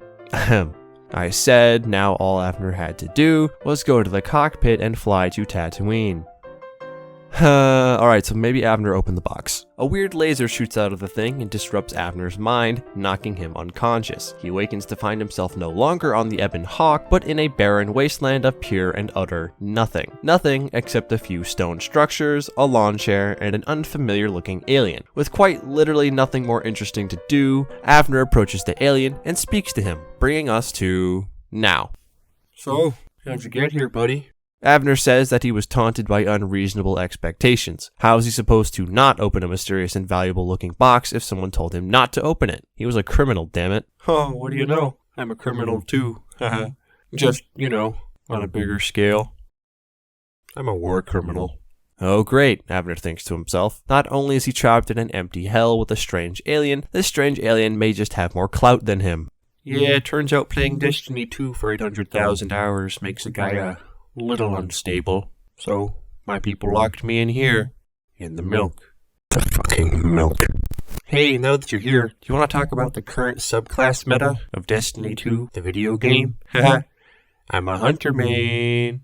Abner needed to get the hell out of here. By interrogating the degenerate alien, Abner gets a better understanding of his situation. The prison box has captured our hero's consciousness and trapped it. That means Abner's body is lying unconscious in the real world right now. The only way that he or the alien can leave the prison box is if the box transfers either of their consciousnesses back into Abner's body. This transfer can only happen if Abner and the alien both agree on which of them is allowed to leave. This leaves 3 scenarios. In the first scenario, Abner convinces the alien to let him go back to his body, and he leaves. In the second scenario, the alien convinces Abner to give up his body, and our hero is now trapped in hell forever. In the third scenario, neither of the two get to leave, and Abner is trapped in hell with only a Destiny 2 player to talk to forever.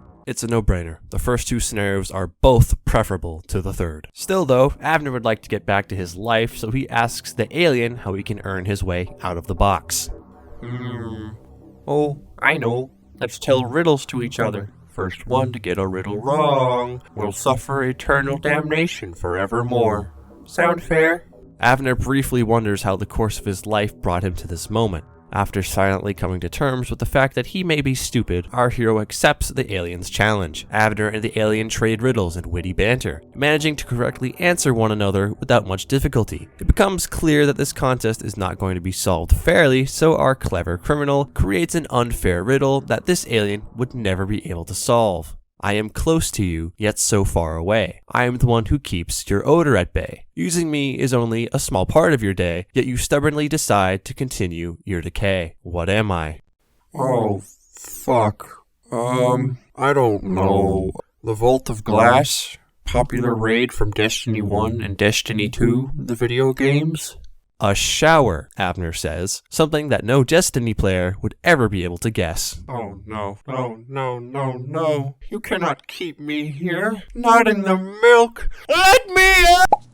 Well, this is going to be difficult to explain in therapy, Avner says to himself. With a new lease on life and a brand new phobia of locked boxes, our hero travels to Tatooine to finish his delivery. He finds Mata the Hutt, gives him his damn horror box, and is able to make a nice profit from it. Nice. Now with nothing on his plate, Avner decides to return to Korriban to continue where he left off. Walking outside of the settlement, our hero discovers the door to a bunch of big spooky ruins. Outside the ruins are another bunch of poor brown-nosers being tortured by yet another local psychopath. The psychopath in question, named Mikkel, told the brown-nosers to stand outside without eating, drinking, or sleeping for days on end to prove their strength. Mikkel promised that whoever survived would become a Sith, but obviously he lied because he's evil. Avner would give this guy a beatdown, but since there's no dialogue option for that, our hero does the next best thing and saves the brown-nosers. Avner then approaches the singular guard in front of the door to the ruins and inquires about any efforts to extract expensive artifacts. The trooper politely tells our hero to sod off and not come back until he's talked to someone important named Yuthora Ban. Avner would just try and find a way to break into this place instead, but seeing as stone doors typically don't have locks to pick, he's forced to go find this Yuthora person, whoever they are. Returning to the settlement, Avner investigates the bar to look for Yuthora. It's at the back of the bar, hiding from the light, that he sees her. Indigo skin,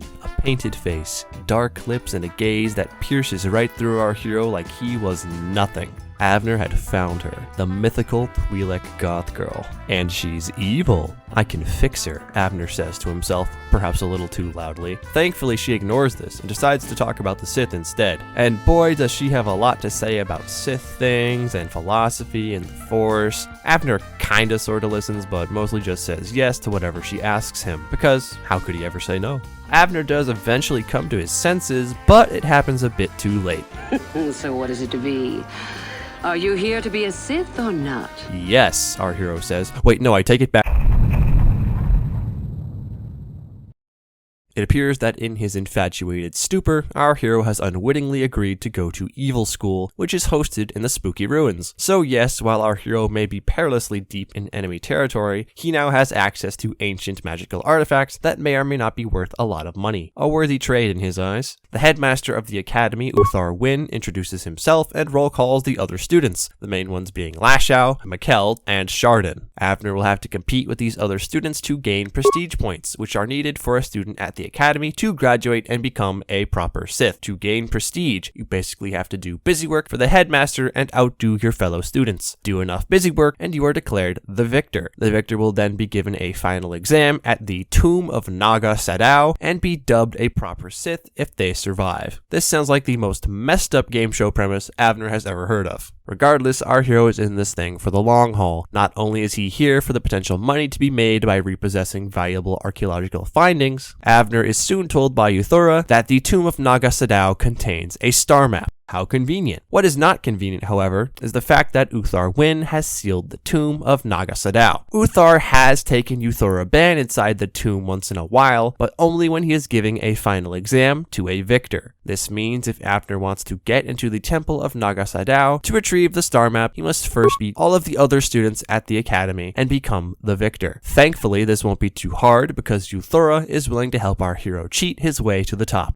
Abner wonders where this woman has been all his life. Naturally, though, there's a catch to this. In exchange for helping Abner become the victor, Euthora Ban wants our hero to help her become the new headmaster of the academy. Seeing as Abner and Euthora will be alone with Uthar in the tomb of Naga Sadao during the final exam, it would be a prime opportunity to take him out so Euthora can take his place. Abner does love dubious plots attached to good deals, so he's all in. To get a head start on becoming the victor, Euthora tells our hero to scout out the competition. Abner first talks to a student he hadn't met yet named Kel Alguin. Turns out Kel is actually a nice guy who's just in the wrong place, so he's easily convinced to leave the Sith Academy and join the Jedi. Moving on, our hero finds Lashao. As far as psychopaths go, she seems rather chill. She has a plot to gain some prestige for herself, but with some convincing, she lets Abner in on the fun. Turns out that some beast ate a valuable artifact from one of the Sith tombs, so she plans to kill the thing and harvest the artifact from its stomach. She agrees to split the prestige if Abner helps her with fighting the beast. Our hero agrees, and Lashao runs off to go find the beast in question. The next two students Abner talks to are a bit less cooperative. Shardan is a straight-up jerk who won't talk to our hero about anything, and Mikkel, whom Abner has met recently, is also stubborn and evil. Regardless, now that our hero has a better understanding of his rivals, he goes to Uthar Wynn and recites the Sith code using a cheat sheet that Euthora gave him. This puts a few points on the board for Abner. Exploring further around the academy, Abner finds a Sith interrogator attempting to use a truth serum on a captive Mandalorian. Seeing as the interrogator sucks at his job and can't get the Mandalorian to say anything useful, he lets our hero have a crack at it. Little did the interrogator know that Abner isn't a big dumb fed like he is. Our hero asks the Mandalorian captive if there's any way to free him. The Mandalorian says that with a proper dosage of truth serum, he could enter a fake death state and escape after the effect wears off. It does take a few tries since our hero isn't all that great with computers, but eventually Abner succeeds. In exchange for helping him play dead, the Mandalorian gives our hero the location of a weapons cache, which Abner will then give to Uthar Wynn for more prestige points. Normally, Abner would never give away a chance at free money, but since the weapon cache doesn't actually exist in the game, it's okay to turn in the location of the cache for prestige. Moving on, Abner goes to explore a cave outside the academy. Within the cave are a bunch of weird bat things called Shirak and a new variant of dog thing called Tukata. They're not all that hard to deal with. What is interesting though is when Abner finds a bunch of escaped academy students living in the caves. Apparently these students don't like being at the academy because of how evil things were getting, so they tried to leave. However, upon trying to leave through the caves, their path was blocked by some kind of giant monster. Abner's dealt with giant monsters before, so he's more than happy to take a look at the thing. Going further into the cave, Abner finds the beast almost immediately. It's called a Tarentatech, and if you think it looks familiar, then that means you've been paying attention. The ritual beast on Kashyyyk was also a Tarentatech.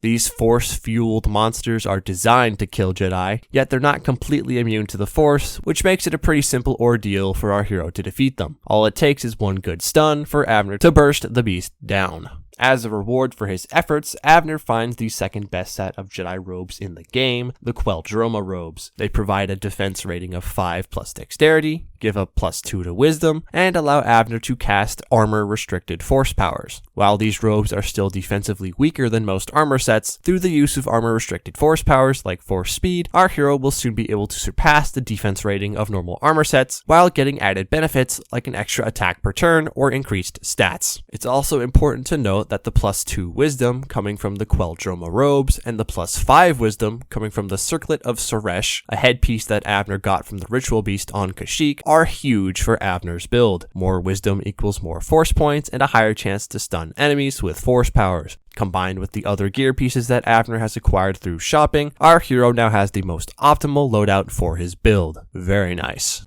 Anyways, our hero returns to the renegade students and lets them know that their path to escape is free. They thank our hero for being a real one and run off to probably join the Jedi. Avner makes sure to capitalize on this turn of events for his mission. He lies to Uthar Wynn about the renegade students being killed, which Uthar believes since the renegades technically are gone, and earns some prestige for it. As a bonus, our hero receives a level up that allows him to increase the level of his force speed to night speed. Now heading to the Valley of Lords, our hero meets with Lashow. She conveniently calls the beast with the holocron at the exact moment our hero arrives, and a fight ensues. The fight is really easy. Lashow then extracts the holocron, thanks Avner for his help, and says that she's going to turn it in to Uthar by herself. Avner stops her and asks if they should turn it in together so they can both get the credit for it. But for some reason, Lashow is really against this idea. Upon suggesting that they both turn in the holocron again, Lashow just straight up attacks Avner. Avner has a feeling that Lashow never really meant to share the prestige in the first place. Oh well. Our hero then returns to Euthora Band to see if there's anything else he needs to do to win. At this point, Avner pretty much has the whole competition wrapped up, so Euthora has no more cheat sheets to hand out, but Avner is still curious about Euthora herself. With a bit of persuasion, our hero is able to ask how she became a Sith in the first place. To keep a long story short, Euthora escaped servitude under the Hutts when she was very young, was found by a Jedi Master and trained in the Force by them, but left the Jedi because of how inactive they were against all of the suffering in the galaxy. Euthora Ban wants to abandon compassion altogether so she can properly fight crime and injustice, but Avner asks if losing her compassion would make her no longer care about the people she plans to save. This gives her pause and makes her think. Inevitably, she does dismiss Avner, but tells him to come back soon, because after this brief but deep discussion, she now views him as a friend.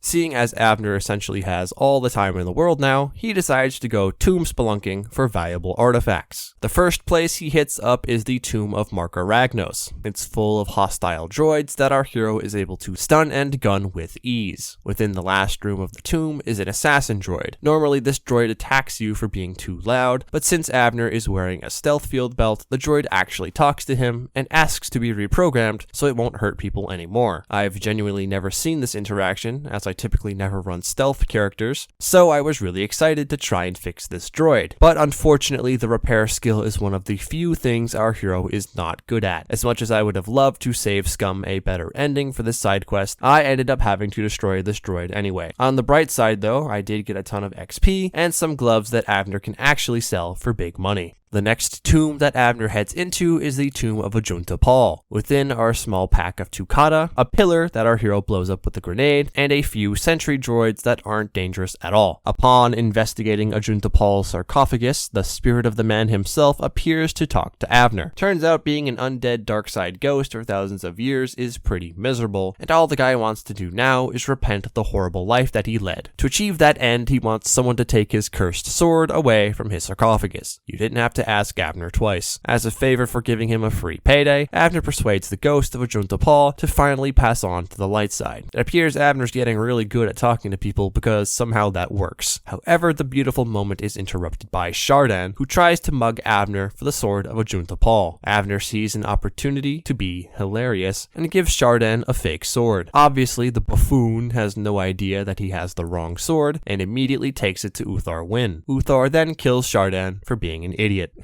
Now onto the last enterable tomb on the list, the tomb of Tulok Horde. Upon first entering, Avner comes face to face with an old friend, the crab droid buddy from Terrace.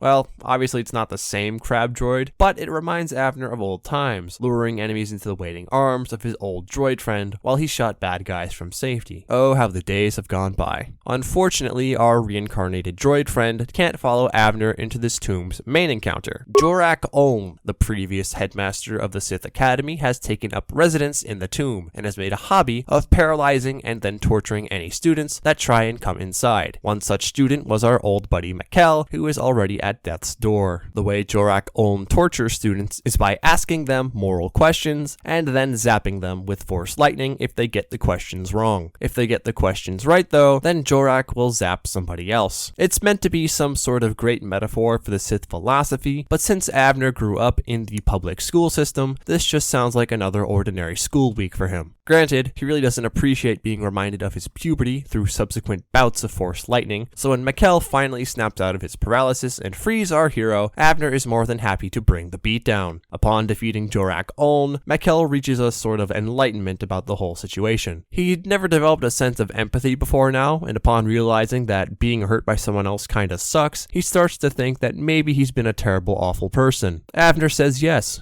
Yes, he has. Innocent people did literally die because of him. Still, our hero suggests that Mikkel should turn away from the Sith and find his own way. Mikkel agrees, and then leaves the Sith Academy for good. More importantly though, Abner gets to loot a bunch of valuable things from the tomb. Cha-ching. With no more tombs to raid, our hero returns to the academy and turns in all of his accomplishments for prestige. Seeing as our hero has exhausted every available side quest on Korriban, as well as eliminated all of the competition in one way or another, it's no surprise that Abner is named the victor. As a reward for his efforts, Abner is taken to the tomb of Naga Sadow the next day, with Euthora not far behind. Within the tomb now, our hero is told to retrieve an old lightsaber within the temple as his final exam. Abner was already going to steal everything inside this tomb, whether or not it was part of a test, so this should be easy. Inside the tomb are some chonky creatures called raids that Abner feels a little guilty about taking out because of how scared they look when they're stunned.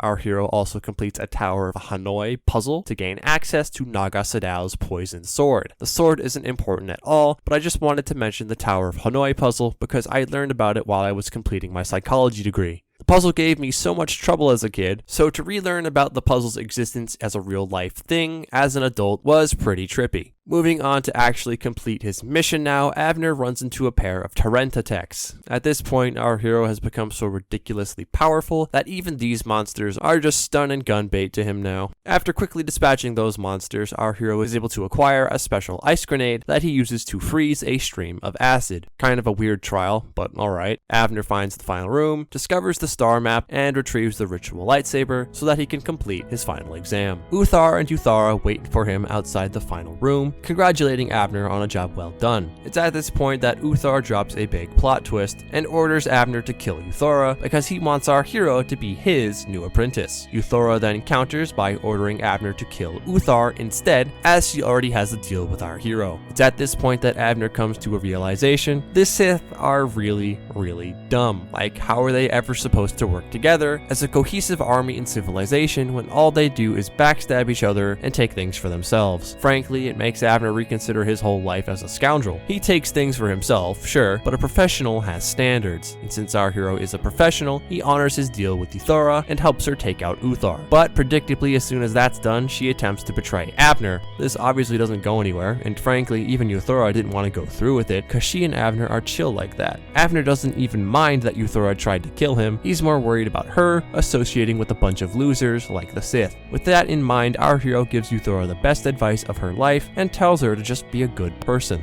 Euthara Ben hears this and agrees. She had wanted to bring justice to the galaxy and wanted the power to do so from the Sith, but all the Sith did was make her think of herself. She believes it's time for a change and decides to abandon the dark side. She thanks our hero for helping her find a better path and leaves our hero to his destiny. Well, it looks like things are all wrapped up on Korriban. Our hero found stuff to sell, got the star map for his mission, and fixed a certain goth girl Twi'lek along the way. Abner felt good. Better than he'd felt in his entire life. Obviously, Abner is no perfect saint, but maybe it was no longer a bad thing if people called him a good guy. It's with this realization that Abner bids farewell to Korriban and continues on his adventure. Carlo Nord fumbled the bag, Lord Malik. He overextended and got one shot. Or maybe he just wasn't getting enough healing, Admiral. But it's no matter. No normie can stand against the likes of a true gamer. That's why this time, I'll be sending my new and more skilled duo to defeat the Simp Menace. Wait, what? You're replacing me? I'm going to be so 100 with you, Admiral. You're boosted, and you know it. You have no aim, no positioning, and no heals. I refuse to carry your hard-stuck plat alts anymore. Darth Bandon, my little pog champ. Go explode that simp Jedi's balls immediately. Yes, Pookie. Following our hero's self-actualization arc, he immediately relapses and decides to visit his favorite smuggling joint to sell the many priceless historical artifacts that he stole. Upon attempting to do this though, our hero finds that his boy Suvam Tam is getting harassed by a bunch of lizards. He tells the lizards to leave his goat alone, or else. This works somehow and allows Abner to return to his business. Our hero makes a profit of 30,000 credits by selling all of the goods he acquired on Korriban, and makes a note to check back on 10 every once in a while to make sure that more lizards don't come and hurt him. For now though, it's on to the next planet on our hero's list. Returning to Tatooine, our hero runs into a woman on the street who's trying to sell something called a raid plate so she can provide for her family. Apparently, raids are hunted on Tatooine, and their head plates are sold for money by hunters. Abner is unsure when or how a species of animal that he saw in a Sith tomb on Korriban made its way to Tatooine, but once again, our hero doesn't think about it too hard. In exchange for giving the lady some money for her raid plate, she informs Abner about the presence of Zerka Corporation on the planet, and how they're conducting mining operations on Tatooine. Using this information, our hero tracks down the nearest Zerka Corporation office to see what the bastards are up to. Our hero's dealt with Zerka scum before, so he's got a feeling that whatever they're doing, it's got to be super evil. Surprise, surprise, the Corpos are trying to massacre all of the local tribes of Sand People. Yippee! They even shove a hunting license into Abner's hands and beg him to go kill the Sand People in their name. Abner will participate in no such thing. It makes sense that the Sand People would defend their own territory against the evil corporation, but all of the innocent workers caught in the crossfire do not deserve their fate. What this situation needs is a peaceful resolution, so Abner makes it his mission to find that resolution. Our hero investigates the city, specifically looking for some kind of way that he can talk to the Sand People. Upon investigating a local droid shop, our hero comes face to face plate with an assassin/protocol droid named HK-47. He is the final optional companion in KOTOR, and a fan favorite for his hilariously written dialogue. I am a law-abiding droid. Yes, indeed. Law-abiding. That's me. Unfortunately, while our hero won't get to fully utilize HK's morose charm, HK does know the language of the Sand People, so that's more than enough for Abner to add the droid to his list of benched companions. Abner purchases HK for 2,500 credits and puts him on the aforementioned sidelines for the moment. Striking out into the desert now, Abner finds a Zerka Corp sandcrawler being attacked by Sand People. Seeing as diplomacy is impossible at the moment, our hero has no choice but to protect the sandcrawler's workers. After a few waves of stunning and gunning, the workers are saved. As thanks for his help, they tell Abner that disguising himself as a sand person should allow him to get close to the tribe without being attacked. Unfortunately, to acquire a disguise, Abner has to defend himself from a few more Sand People. Our hero then dons the Sand People's garb, calls in his new trusty protocol droid, and moves on to the Sand People's camp.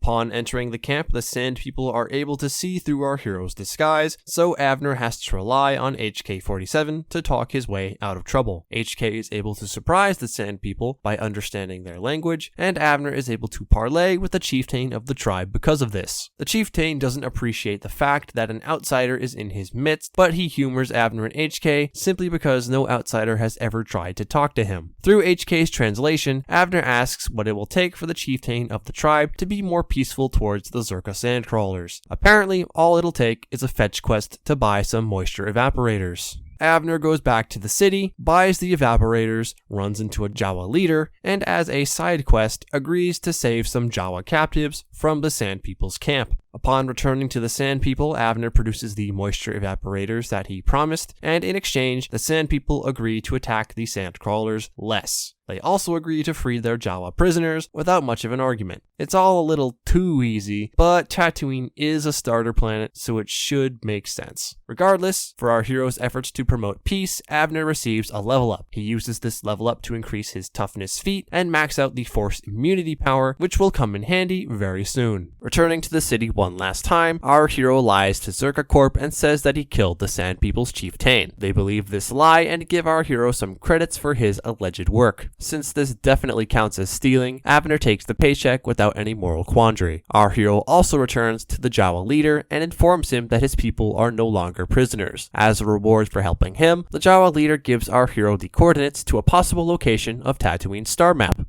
How convenient. Heading out to the aforementioned coordinates leads Abner to the mouth of an ominous cave with a gargantuan crate dragon inside. The beast has been tracked down by a local hunter named Comad Fortuna. Comad is here to take the dragon out because he believes that the presence of an oversized apex predator in the local ecosystem is affecting Tatooine's trout population. Abner says that there aren't any trout on Tatooine. Exactly, Comad replies. Now understanding the gravity of this situation, Abner pledges his help to this cause. Our hero lures some bantha to the mouth of the cave for Comad, which goads the dragon into crawling out of its lair. The beast then dies to a field of landmines that Comad had placed outside its cave. A true scoundrel strategy if Abner had ever seen one. Comad then dips from the scene and leaves our hero to plunder the lair. Within said lair, our hero finds Tatooine's star map. Well, Tatooine as a whole may not have been too difficult, but at least our hero was able to do the right thing. Stand ready for my arrival, simp.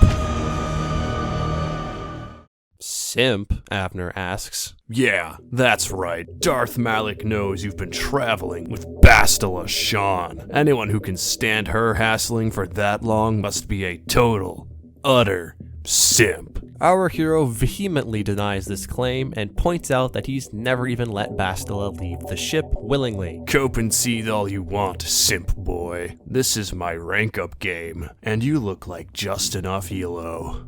Abner has no idea what any of these words mean, but he's not gonna run away from some psychopath with a receded hairline. Admittedly, Bandon does get a round in on Abner, but that's mostly because I misplayed. The second round goes much better. By casting and maintaining force immunity, our hero becomes nigh immune to Darth Bandon's force attacks. The game's AI will also notice this, and Bandon's attack logic will change. Seeing as most force powers will be too difficult to attempt anyway, Bandon will now conserve his force points and simply swing his lightsaber at Abner. This turns the battle with Bandon into a slug out, and it's a slug out that Abner is able to win very quickly. Now back to what I was saying after that mediocre interruption. Tatooine may have been easy for our hero, but at least he was able to do the right thing. What happened? What's going on? Sith interdictor ship. They must have been waiting for us on the hyperspace route. We're caught in their tractor beam. Do you recognize the ship? It's the Leviathan. Saul Karras vessel. My old mentor.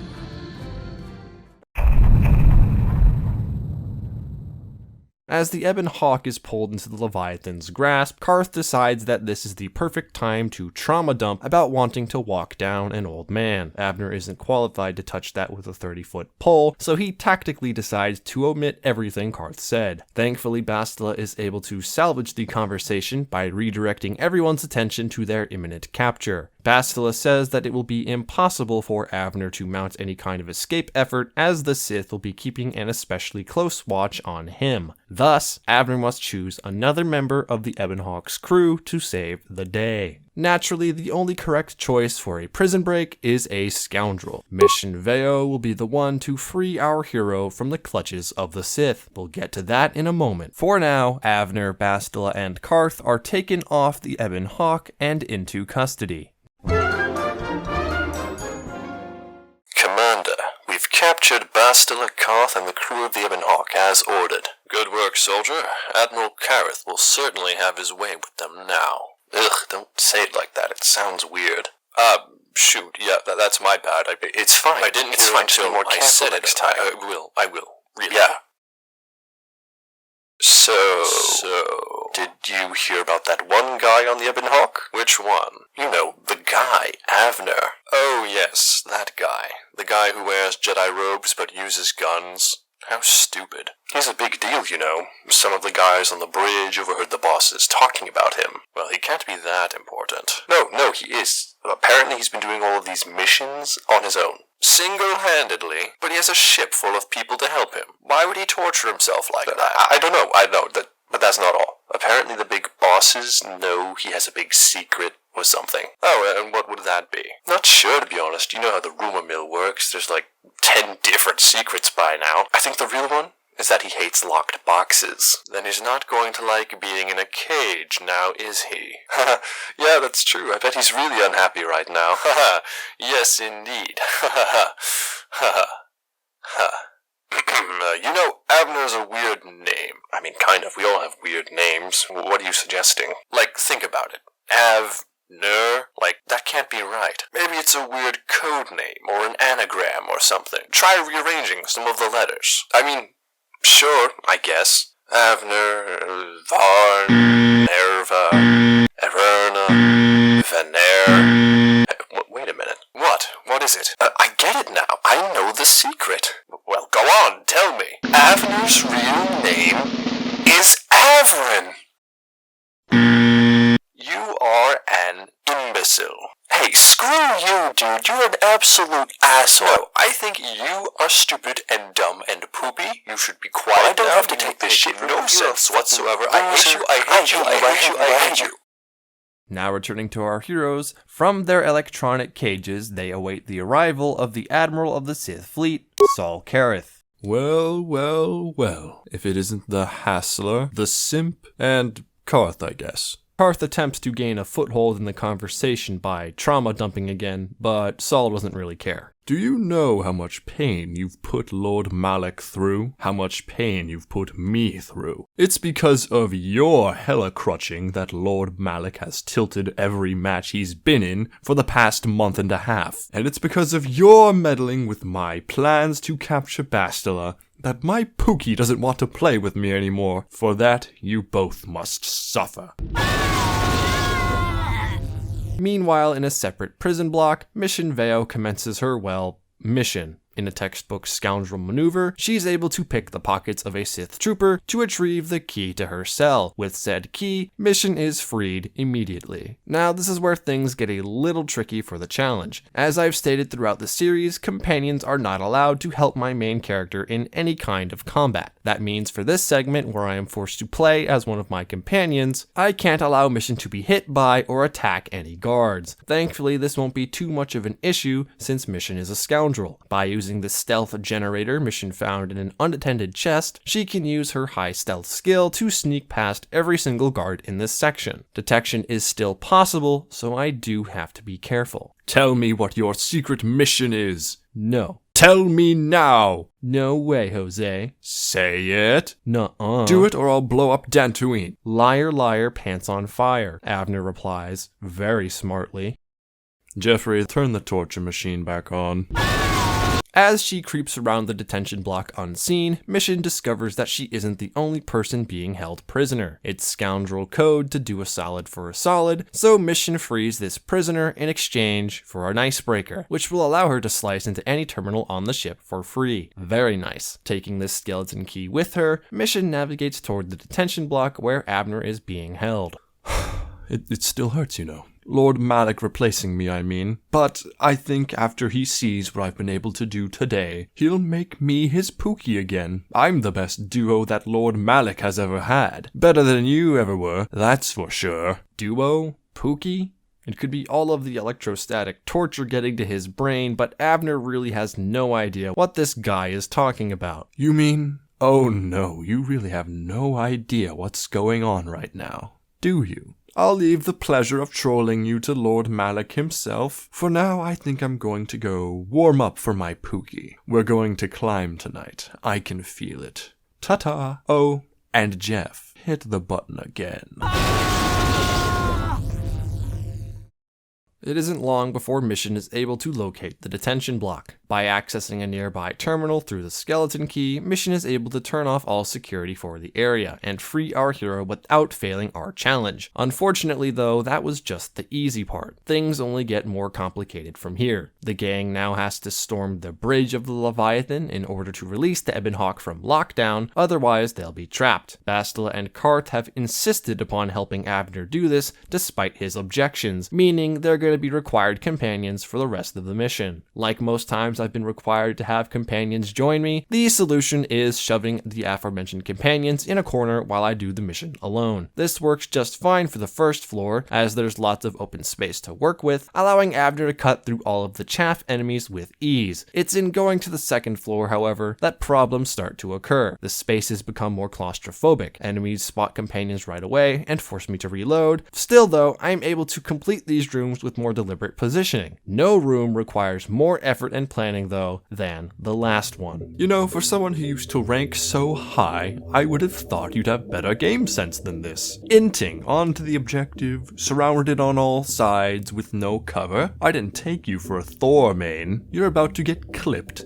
for Pookie. This room is pain. Not only are Karth and Bastila automatically teleported to you, there are 2 Sith guards right at the door you come in from. These 2 will target Karth and Bastila without fail on every attempt, which automatically fails the challenge. Not to mention the 5 other enemies in the room who can light Abner up like a Christmas tree. This encounter leaves incredibly little room for error, so we have to be surgical about this. Problem number 1 are the guards at the door. They need to be incapacitated before anything can happen. This is easily achieved in the first turn, with Abner using Force Horror. Problem number 2 is my companions being in the encounter. In episode 1 of this series, we used grenades to deal friendly damage to Canderous in order to knock him out before he could have any impact on the fight against Kalo Nord and Davik. We're going to use the same method yet again. Since Bastila and Karth haven't been leveled up since Terrace, their HP totals are really low, making it very easy to one-shot both of them with thermal detonators, which do 60 damage each. Problem number 3, however, is positioning Bastila and Karth to be in the blast radius while also making sure they don't attack either of the incapacitated guards. This requires a very precise sequence of commands to work. While the battle is paused, we'll tell Abner to cast Force Horror on the first turn and then throw his thermal detonator on the second. Next, we tell Bastila to use a stimulant. This will force her to stay still for 1 turn and stop her from attacking either of the guards on her own. While Bastila is busy, I will take control of Karth manually and move him next to Bastila so that he's in the thermal detonator's blast radius. On my second turn, I'll then tell both Karth and Bastila to use stimulants so they stay still yet again, and pray Abner throws the thermal detonator in time. This works perfectly. Problem number 4 is the actual fight. As soon as Karth and Bastila go down, the attention of 7 enemies is all focused on Abner. It gets really close a few times, but by using enough medpacks, our hero is able to pull through and stun and gun his way out of this encounter.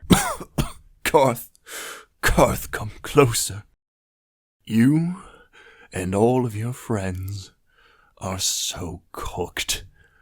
Pookie's home. Bastila confirms the late Admiral's words. She's able to sense that Darth Malak has boarded the Leviathan, and he is coming for our hero. Abner isn't afraid to run the fade with the Dark Lord of the Sith, but Bastila isn't as keen to square up. So she suggests that Abner focus on escaping. Our hero obliges, but not without doing a little looting first. One especially notable piece of endgame loot is the Sith Assassin Pistol, formerly owned by Saul Kareth. It's slightly better than Kostas Fet's blaster pistol, meaning it will be a very worthwhile upgrade for our offhand. With Abner now wielding both of these monster guns, his attack power is maxed out. Very nice. Abner then moseys his way on down to the hangar, cleaving all enemies in his path with little difficulty. Whether it be rank and file troops or Sith masters, they all fall the same to our hero's upgraded arsenal. But just as Abner signals for his companions to follow him on the last stretch, the Dark Lord of the Sith makes his appearance. Do. Oh, you're already here. Saves me the walk upstairs. Darth Malak. Down you go! Bruh. Yeah, now take a seat, Normie. Bastila, meta crutcher of the century, so glad you could make it. Can't wait to make you suffer later. And you, oh you, it's been a long time. Tell me, are you proud of my rank? Have you seen my recent VODs? Abner is getting pretty tired of people saying gibberish words that make no sense to him, so he tells Malak no, he has no idea what he's talking about. After all this time, you still don't remember who you are. Think. Use your gamer mind. Let it all flow back to you, Darth. Revan.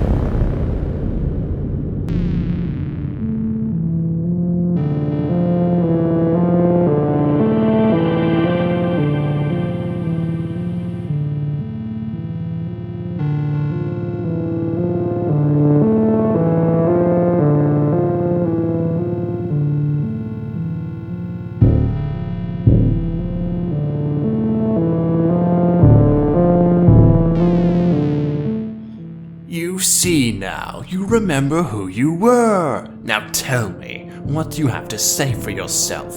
Did my face really look like that? Abner asks. What? That's it? You were my duo, Revan. We climbed the ranks during the Mandalorian season together. You hitting top 1 and me top 2. Then we began the Civil War season side by side. You said it would be my turn at number 1, but you lied. You wouldn't give up your spot, so I took it. Yes, I bombed your ship. And look what happened.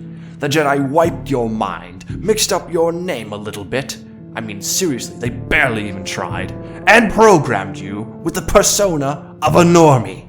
It's disgusting. Though Abner is able to put up his usual stoic facade, our hero's mind is spinning with questions. How much of his life was even real? Why did the Jedi not bother making him a more creative name? Why did the Jedi program him to be a virgin? But the question that weighs on our hero's mind the most, was he even a true scoundrel? Bastila tries to reassure Abner that the Jedi did what was necessary. Revan had turned to the dark side of Marvel Rivals Ranked. It was a life that no one should be allowed to live. The Jedi believe in having fun and touching grass. That's cap, and you know it, Bastila. You've tasted the dark side yourself. You've always been competitive, and you've always played ranked. Admit it.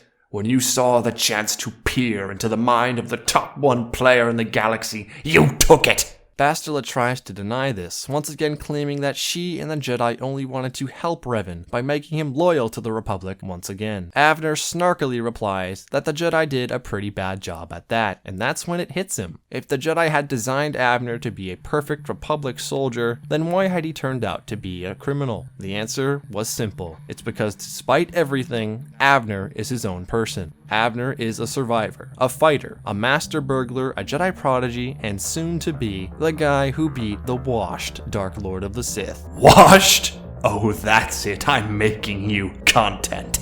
With a wave of his hand, Malak does Abner a favor and makes this encounter a 1v1, exactly how he likes it. The two titans clash, casting force immunity on themselves to make their battle one of martial might. Malak makes a tactical retreat after taking a few hits, but Abner moves in to intercept. It's clear that Abner's training has paid off as he's able to clean Malak's clock without any issue. But for some reason, Bastila decides to run in and completely ruin the moment. She insists upon sacrificing herself so that Abner can lead the Ebon Hawk's crew to escape. She engages Malak in head-on combat and locks herself in a room with him, giving Abner and Karth plenty of time to get onto the Ebon Hawk and escape the Leviathan. Soon after their escape, Karth calls a meeting with the crew. He tells Abner to reveal his secret identity so that everyone can make what they will out of it. Our hero gathers his courage and lets out a sigh. "I am Revan," he says. There's a brief silence, but one by one, Abner's companions all confirm their loyalty. Mission would never leave another scoundrel behind. Zalbar still thinks Abner's revolution on Kashyyyk was pretty cool. Jolee knew Abner was Revan the whole time, but he didn't tell him because it was funny. Canderous respects Revan, so he respects Abner. HK-47 experiences a sudden memory restoration in his system and discovers that he used to belong to Revan, so he's more than happy to stay with Abner, and T3 makes some funny noises. All that leaves is Karth. Karth's duty is to the Republic, and if Abner's willing to help save it, even in the pursuit of immense wealth in the form of an ELO machine, then he's willing to stay on the crew. All this validation makes Abner feel warm and fuzzy inside. He thanks the crew of the Ebon Hawk for being the greatest burdens he could ask for, and then tells them to strap in. Our hero has one more star map to find, so it's time to get searching. Upon landing on Manan, Avner is introduced to this planet's ongoing Cold War in the form of an elementary school word duel. Don't make me laugh, you gutless simp. To make a long story short, both the Republic and the Sith Empire occupy Manan, but the planet remains neutral in the ongoing galactic war. This is only possible because Manan is the sole origin of the best medical substance in the galaxy, KOTOR. The people of Manan, known as the Selkath, bargain with both the Sith and the Republic in order to keep their planet from being conquered by either. But despite this forced peace, the Republic and the Sith Empire are secretly vying for control of the planet. That's cool lore and all, but Avner's got an objective to do here. He asks this Republic soldier if there's anyone important he should talk to. Roland Wan, the leader of the local Republic base, is our hero's man. Before visiting this aforementioned base, our hero does some fieldwork on his own. At the local cantina, he discovers that the Republic has been hiring tons of mercenaries for some secret mission, and that the Sith may be kidnapping some local Selkath children. For a reasonable fee of 500 credits each, our scoundrelly lad agrees to investigate both of these issues. Switching gears, Avner discovers the Republic's base on Manan and talks to his boy, Roland Wan. Our hero inquires about any sightings of star maps on the planet, as well as asking the reasoning for the Republic hiring so many mercenaries. Roland won't share on either front. At least, he won't share until our hero does a job for him. Specifically, he wants our hero to break into a Sith base and steal something for the Republic. This sounds like the best deal ever to Avner, so he's in. There are 3 different ways that our hero can infiltrate the Sith base. Avner can interrogate a Sith prisoner for information, lead a secret assault on a Sith hangar bay, or decrypt a stolen Sith passkey to walk in through the front door. Decrypting the Sith passkey is the easiest out of these options because all it requires you to do is math, so that's what our hero goes with. Brandishing his newly minted passkey, Avner is able to stroll into the Sith base uncontested. Upon taking 2 steps through the door, however, the person manning the front desk decides to trip the alarm. This is only a minor inconvenience. Avner is super overleveled for Manan, so nothing in this base poses any kind of interesting threat to him. As our hero rips through the base, he's able to discover where the kidnapped Selkath children were being hidden. He easily convinces them to go home and tell the police what happened. On top of that, Avner quickly finds the item he was sent to steal, that item being the database of Republic probe droid. Avner is awarded with the first of his final 3 level ups for completing this mission, and learns the Force Suppression power, which cuts off an enemy's Force-related buffs. Very useful in one-on-one duels against Force users like Malik. Avner then leaves the Sith base to go report his success to the Republic. This was a bit of an ill-advised move though, as it appears the local feds were waiting for him outside. Our hero is placed under arrest and put in jail. Avner's noticing a trend today, and he's really not liking it. Manan's local authorities grant our hero a lawyer to try and fight his case, but Avner ain't letting no more feds mess with his day-to-day, so he opts to represent himself. Admittedly, things seem to be really bad for Avner right now. He's on a foreign planet, wanted for murder, with nothing to save him from the consequences of his actions, nothing except his riz. All charges are immediately dropped on Avner, and he gets to walk free. Let's freaking go, baby! Okay, no, I'm kidding, that didn't happen. In our hero's romp around the Sith base, he had found a datapad containing proof that the Sith were going to overthrow Manan's government. The court takes this into consideration and deems that Avner's, quote, investigation of the Sith base was totally legal, so they let him walk. Now our hero returns to the Republic base and gives Roland the stolen droid database. Roland then explains what the Republic has been doing on Manan. He claims that the Republic built a secret undersea mining facility to illegally harvest KOTOR. During their excavation efforts, they dug into some strange archaeological site, likely with a star map, and lost contact with the facility. Republic Command tried sending mercenaries to secretly investigate the site, but none of them have reported back. In exchange for comping him a ride on a sweet-looking submarine, Roland asks our hero to apply his expertise to this situation. Roland doesn't even get to finish his sentence, however, because Avner's already run off to the submersible and taken it for a joyride.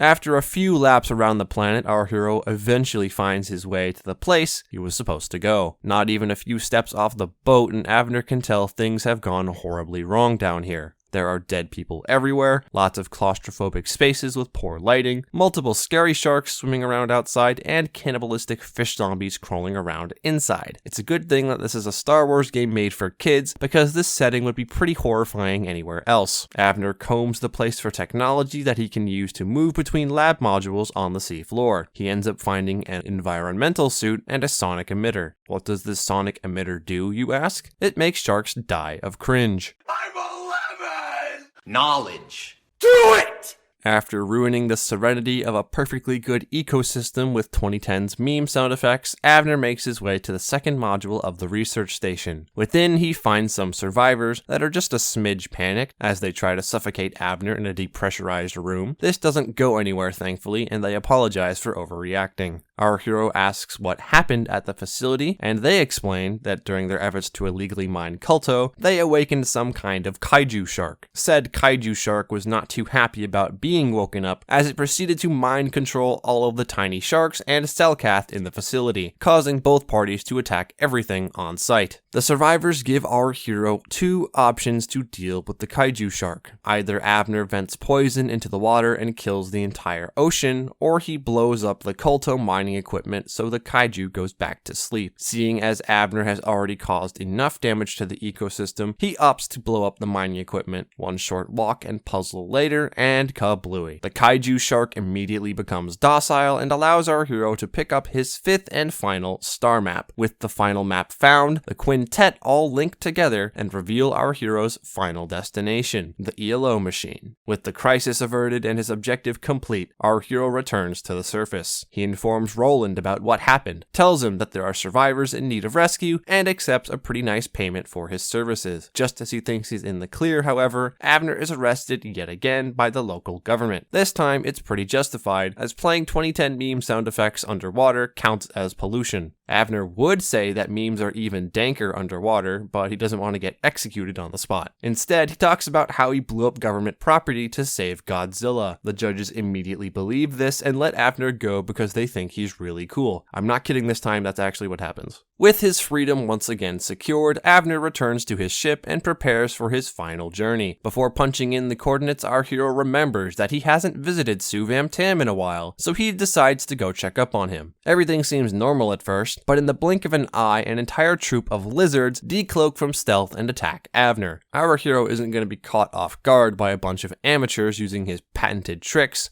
so he springs into action. Avner quickly takes cover behind some junk, cutting off line of sight from most of the enemies in the room and forcing them to come to him. From this powerful position, he's able to funnel in and grind any lizards silly enough to challenge him. This cuts the encounter's threat level in half and lets our hero come out on top. For his hard work, Avner gains access to Suvam Tam's endgame shop inventory, which contains the Baragwin stealth unit. This will be the final thing that Avner buys with his hard-earned cash. Avner also gets his second to last level up, which he uses to upgrade the force suppression power into force breach, allowing him to cancel just about every single force power buff in the game. Very nice. Now, without further ado, Avner finally punches in the coordinates to the ELO machine. Fame and glory, here he comes. Oh no, look at the Hellamane, caught out in the open with Bird on cooldown. Maybe you're not as high rank as you thought, little Jedi. But how could you be? I can sense your dark desire to climb, yet you've been held back by your masters. I know the feeling. There is no such thing as having fun, only winning. And you know that. Join me, Hella Crutcher. With your bullshit headshot damage and my Bucky's hook pressure, we'll destroy all of the leaderboards. As coach and student.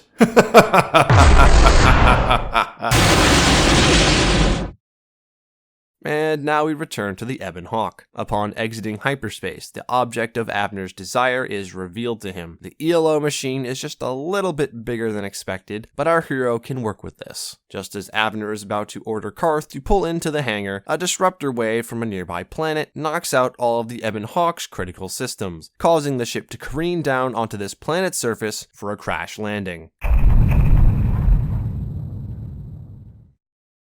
Karth rounds up the crew shortly after the crash. He reports that most of the ship's systems are fried and they're gonna need to find replacement parts. Thankfully, the disruptor field has knocked down a bunch of ships, so there's bound to be parts that the crew can use. Speaking of the disruptor field, our hero will also have to find a way to turn that off if he ever wants to make it to the ELO machine in one piece. With both of these objectives in mind, Abner takes a peek outside. Doesn't seem like the worst place in the galaxy. There's beaches with prime real estate, a native Gizka population, and plenty of ship parts lying around. Maybe this little detour wouldn't be so bad after all.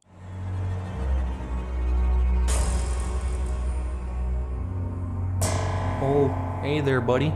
Hey, Jerry, come look at this guy. Ew, he's ugly. Eat his heart. Yeah. Get this guy. Get him.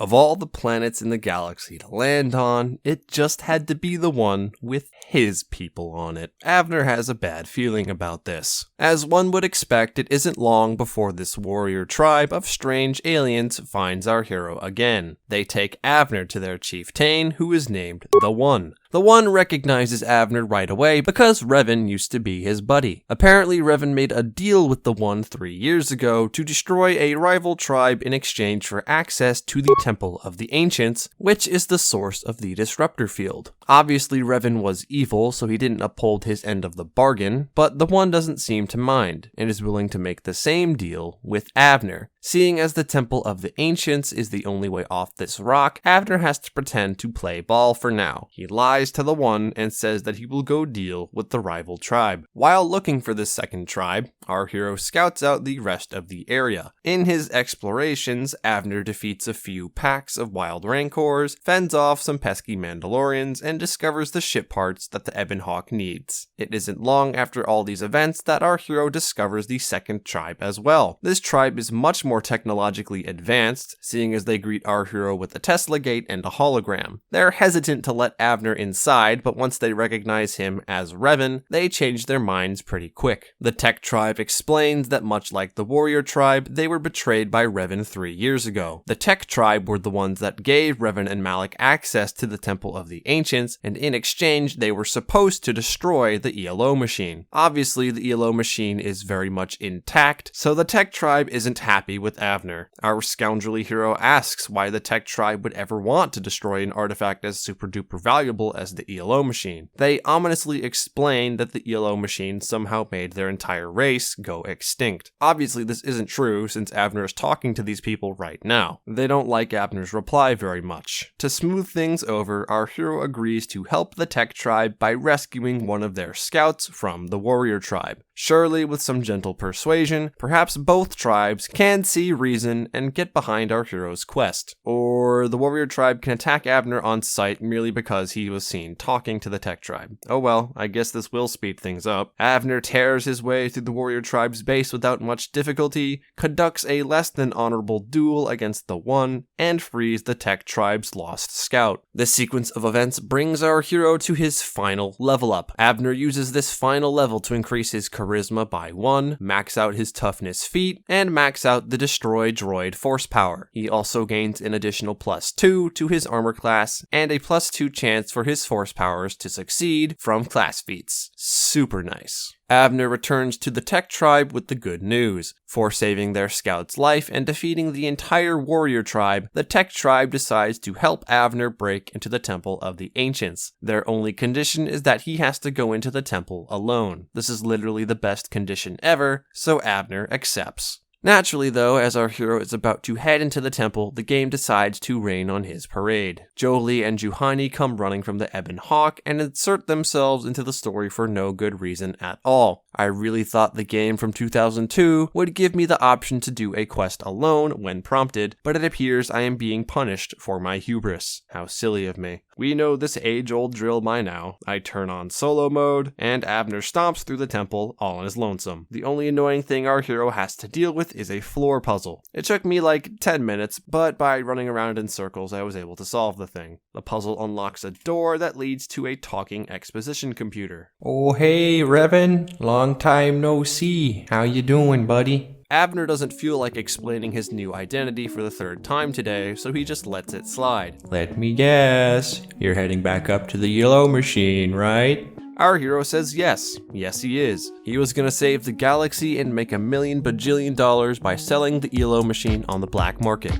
Sell it? Well, duh, our hero says. It's a big artifact, so it's gotta be worth a lot of money. Do you even remember what it does? Avner admits that he has no actual idea what it does apart from making the Sith more powerful. His scoundrelly brain was much more focused on the cash he could make. This prompts the computer to go on a detailed lore spiel to help our hero understand his investment. First off, the ELO machine was created by an ancient civilization called the Infinite Empire, also known as the Builders. Second, the names of the aliens on this planet are Rakatans. They used to be a super powerful Force-sensitive race that created the Infinite Empire. And third, the ELO machine is the pinnacle of the Infinite Empire's power. Using it, the Rakatans were able to conquer the galaxy. This is all well and good, Avner says, but he still wants to know what the ELO machine actually does. Oh yeah, it's a machine that creates ELO. ELO can also be called rank points, and rank points are used in the popular video game Marvel Rivals to increase your overall rank. The higher your rank, the better you are at the game and more powerful you become. Pretty cool, right? Are you fucking kidding me? Avner had come all this way, endured the lessons of pompous old men, working for feds, changing completely as a person, and squaring up with the most dangerous person in the galaxy, all to find out that his ultimate payday was just a crappy cheat client for a video game?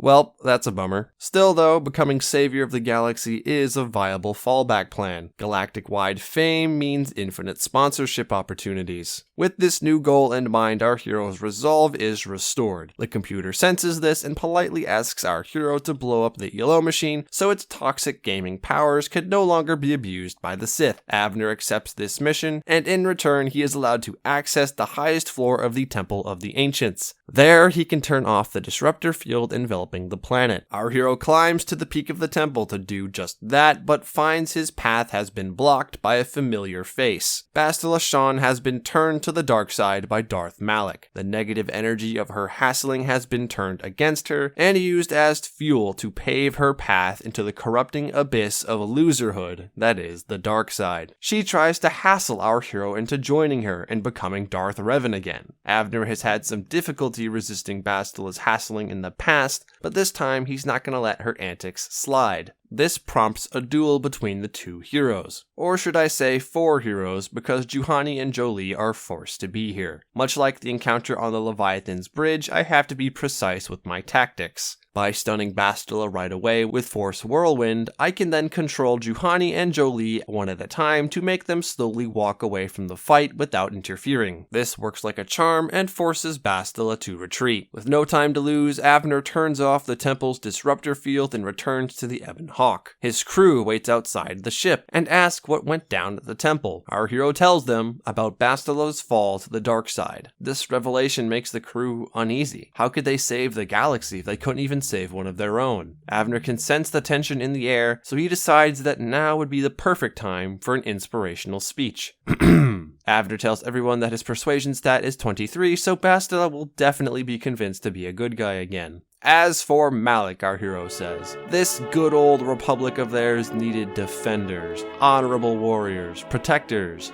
knights perhaps. They could all be the knights of this good old republic, the knights of the old republic that defeated Malak and the Sith.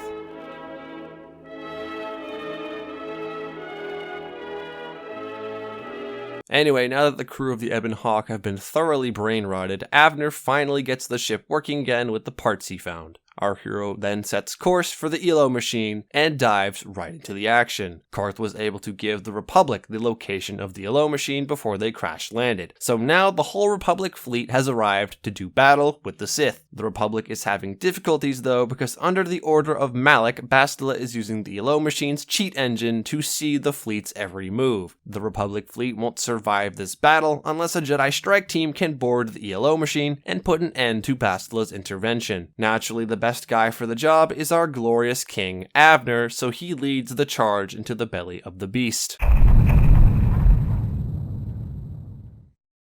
In an act of utmost mercy from the developers, the final level of Knights of the Old Republic does not require the player to bring any companions with them. Finally, Abner can let loose with all he's got. Upon stepping outside of his ship, our hero sees a company of Jedi Knights who do battle with some defending Sith. Abner's able to lend his strength and wipe out the Sith patrol, no problem. Skirmishes like that, though, are only a small taste of things to come. Many good character builds come to die on the ELO machine. But our hero isn't worried because he has literally been built different. With this in mind, our hero crosses the point of no return and steels himself for the challenges to come. There are 4 floors on the ELO machine that our hero must clear in order to confront Darth Malak. The first floor contains the least dangerous enemies on the station in the form of Darth Malak's chat automods. The destroyed droid force power is able to fry these guys without much effort at all, making this floor a total joke. The second floor, however, is much more of a problem. All of Darth Malak's Twitch subscribers, force sensitive and not, will spawn in infinitely and track Abner down for as long as he exists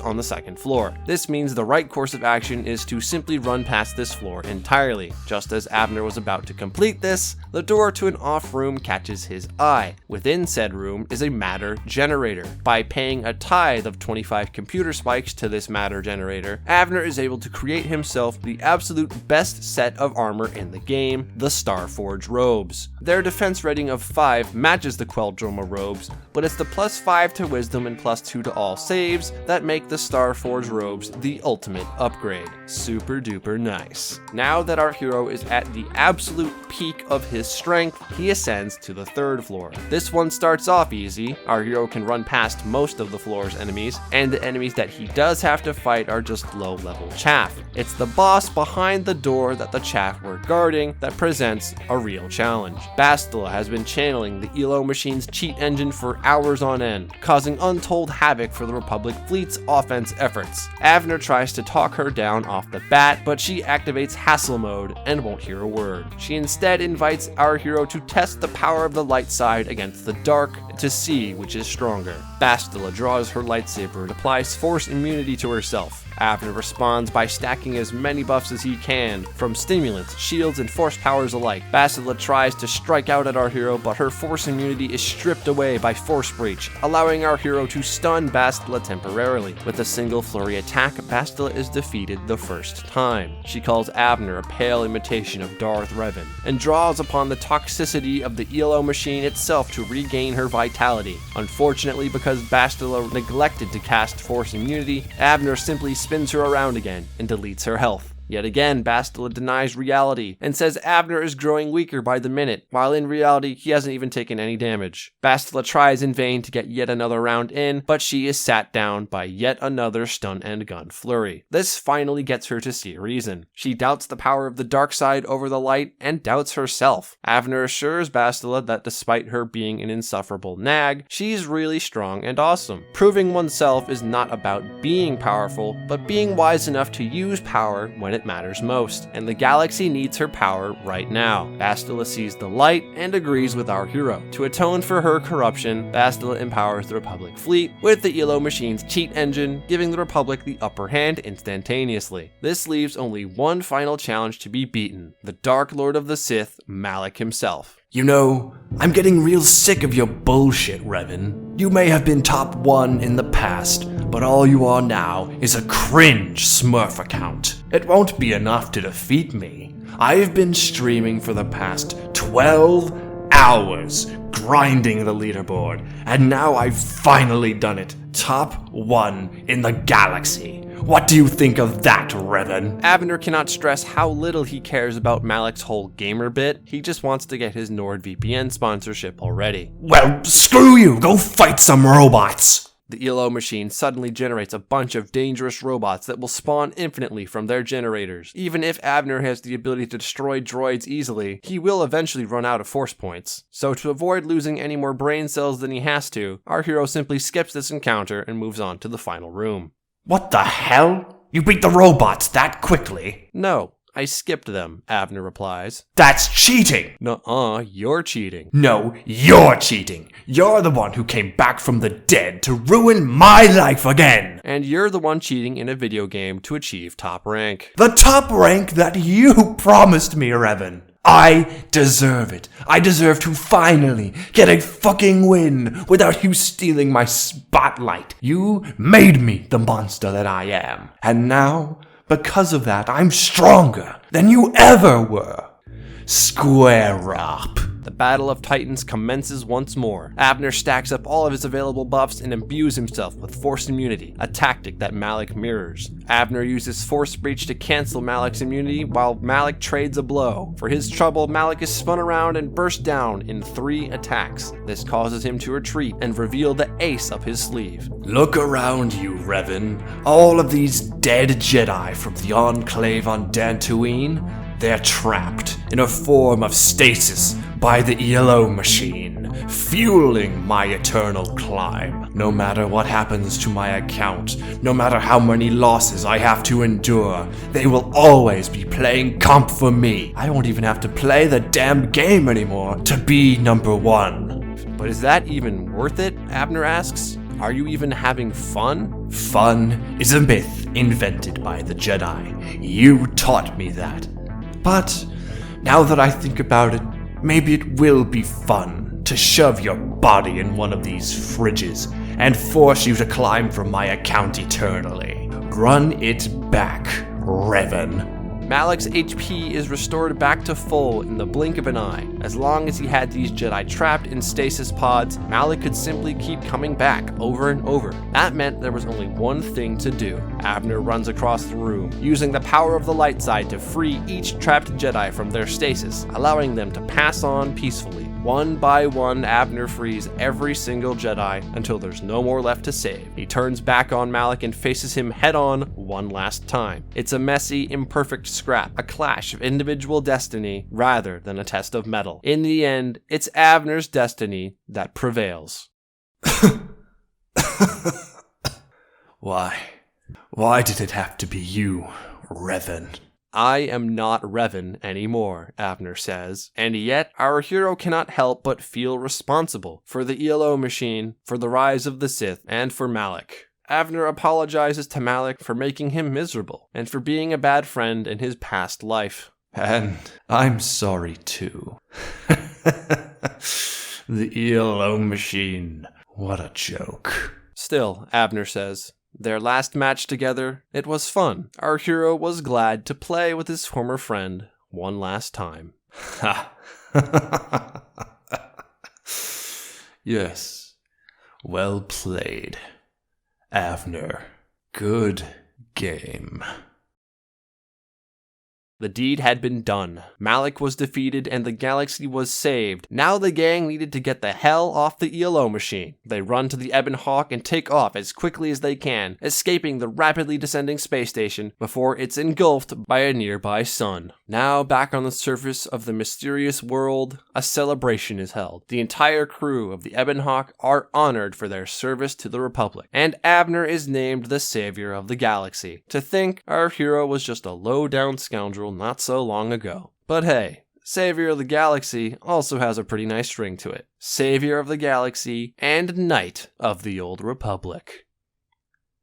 Thank you all so much for your support of this series. I've had so much fun making it, and to see you guys' comments on how much you were liking it made me so happy. Knights of the Old Republic will always be special to me, and even more so if I can show it to an audience. If you're interested in seeing more content like this in the future, please leave a like and subscribe to my channel. It really does go a long way for smaller creators like me. If you want to be more personally involved in the future of my channel, consider becoming a channel member. We've got tons of cool perks and behind the scenes content for those who want to be a part of the day-to-day production. Otherwise, thank you so much for watching, and see you next time.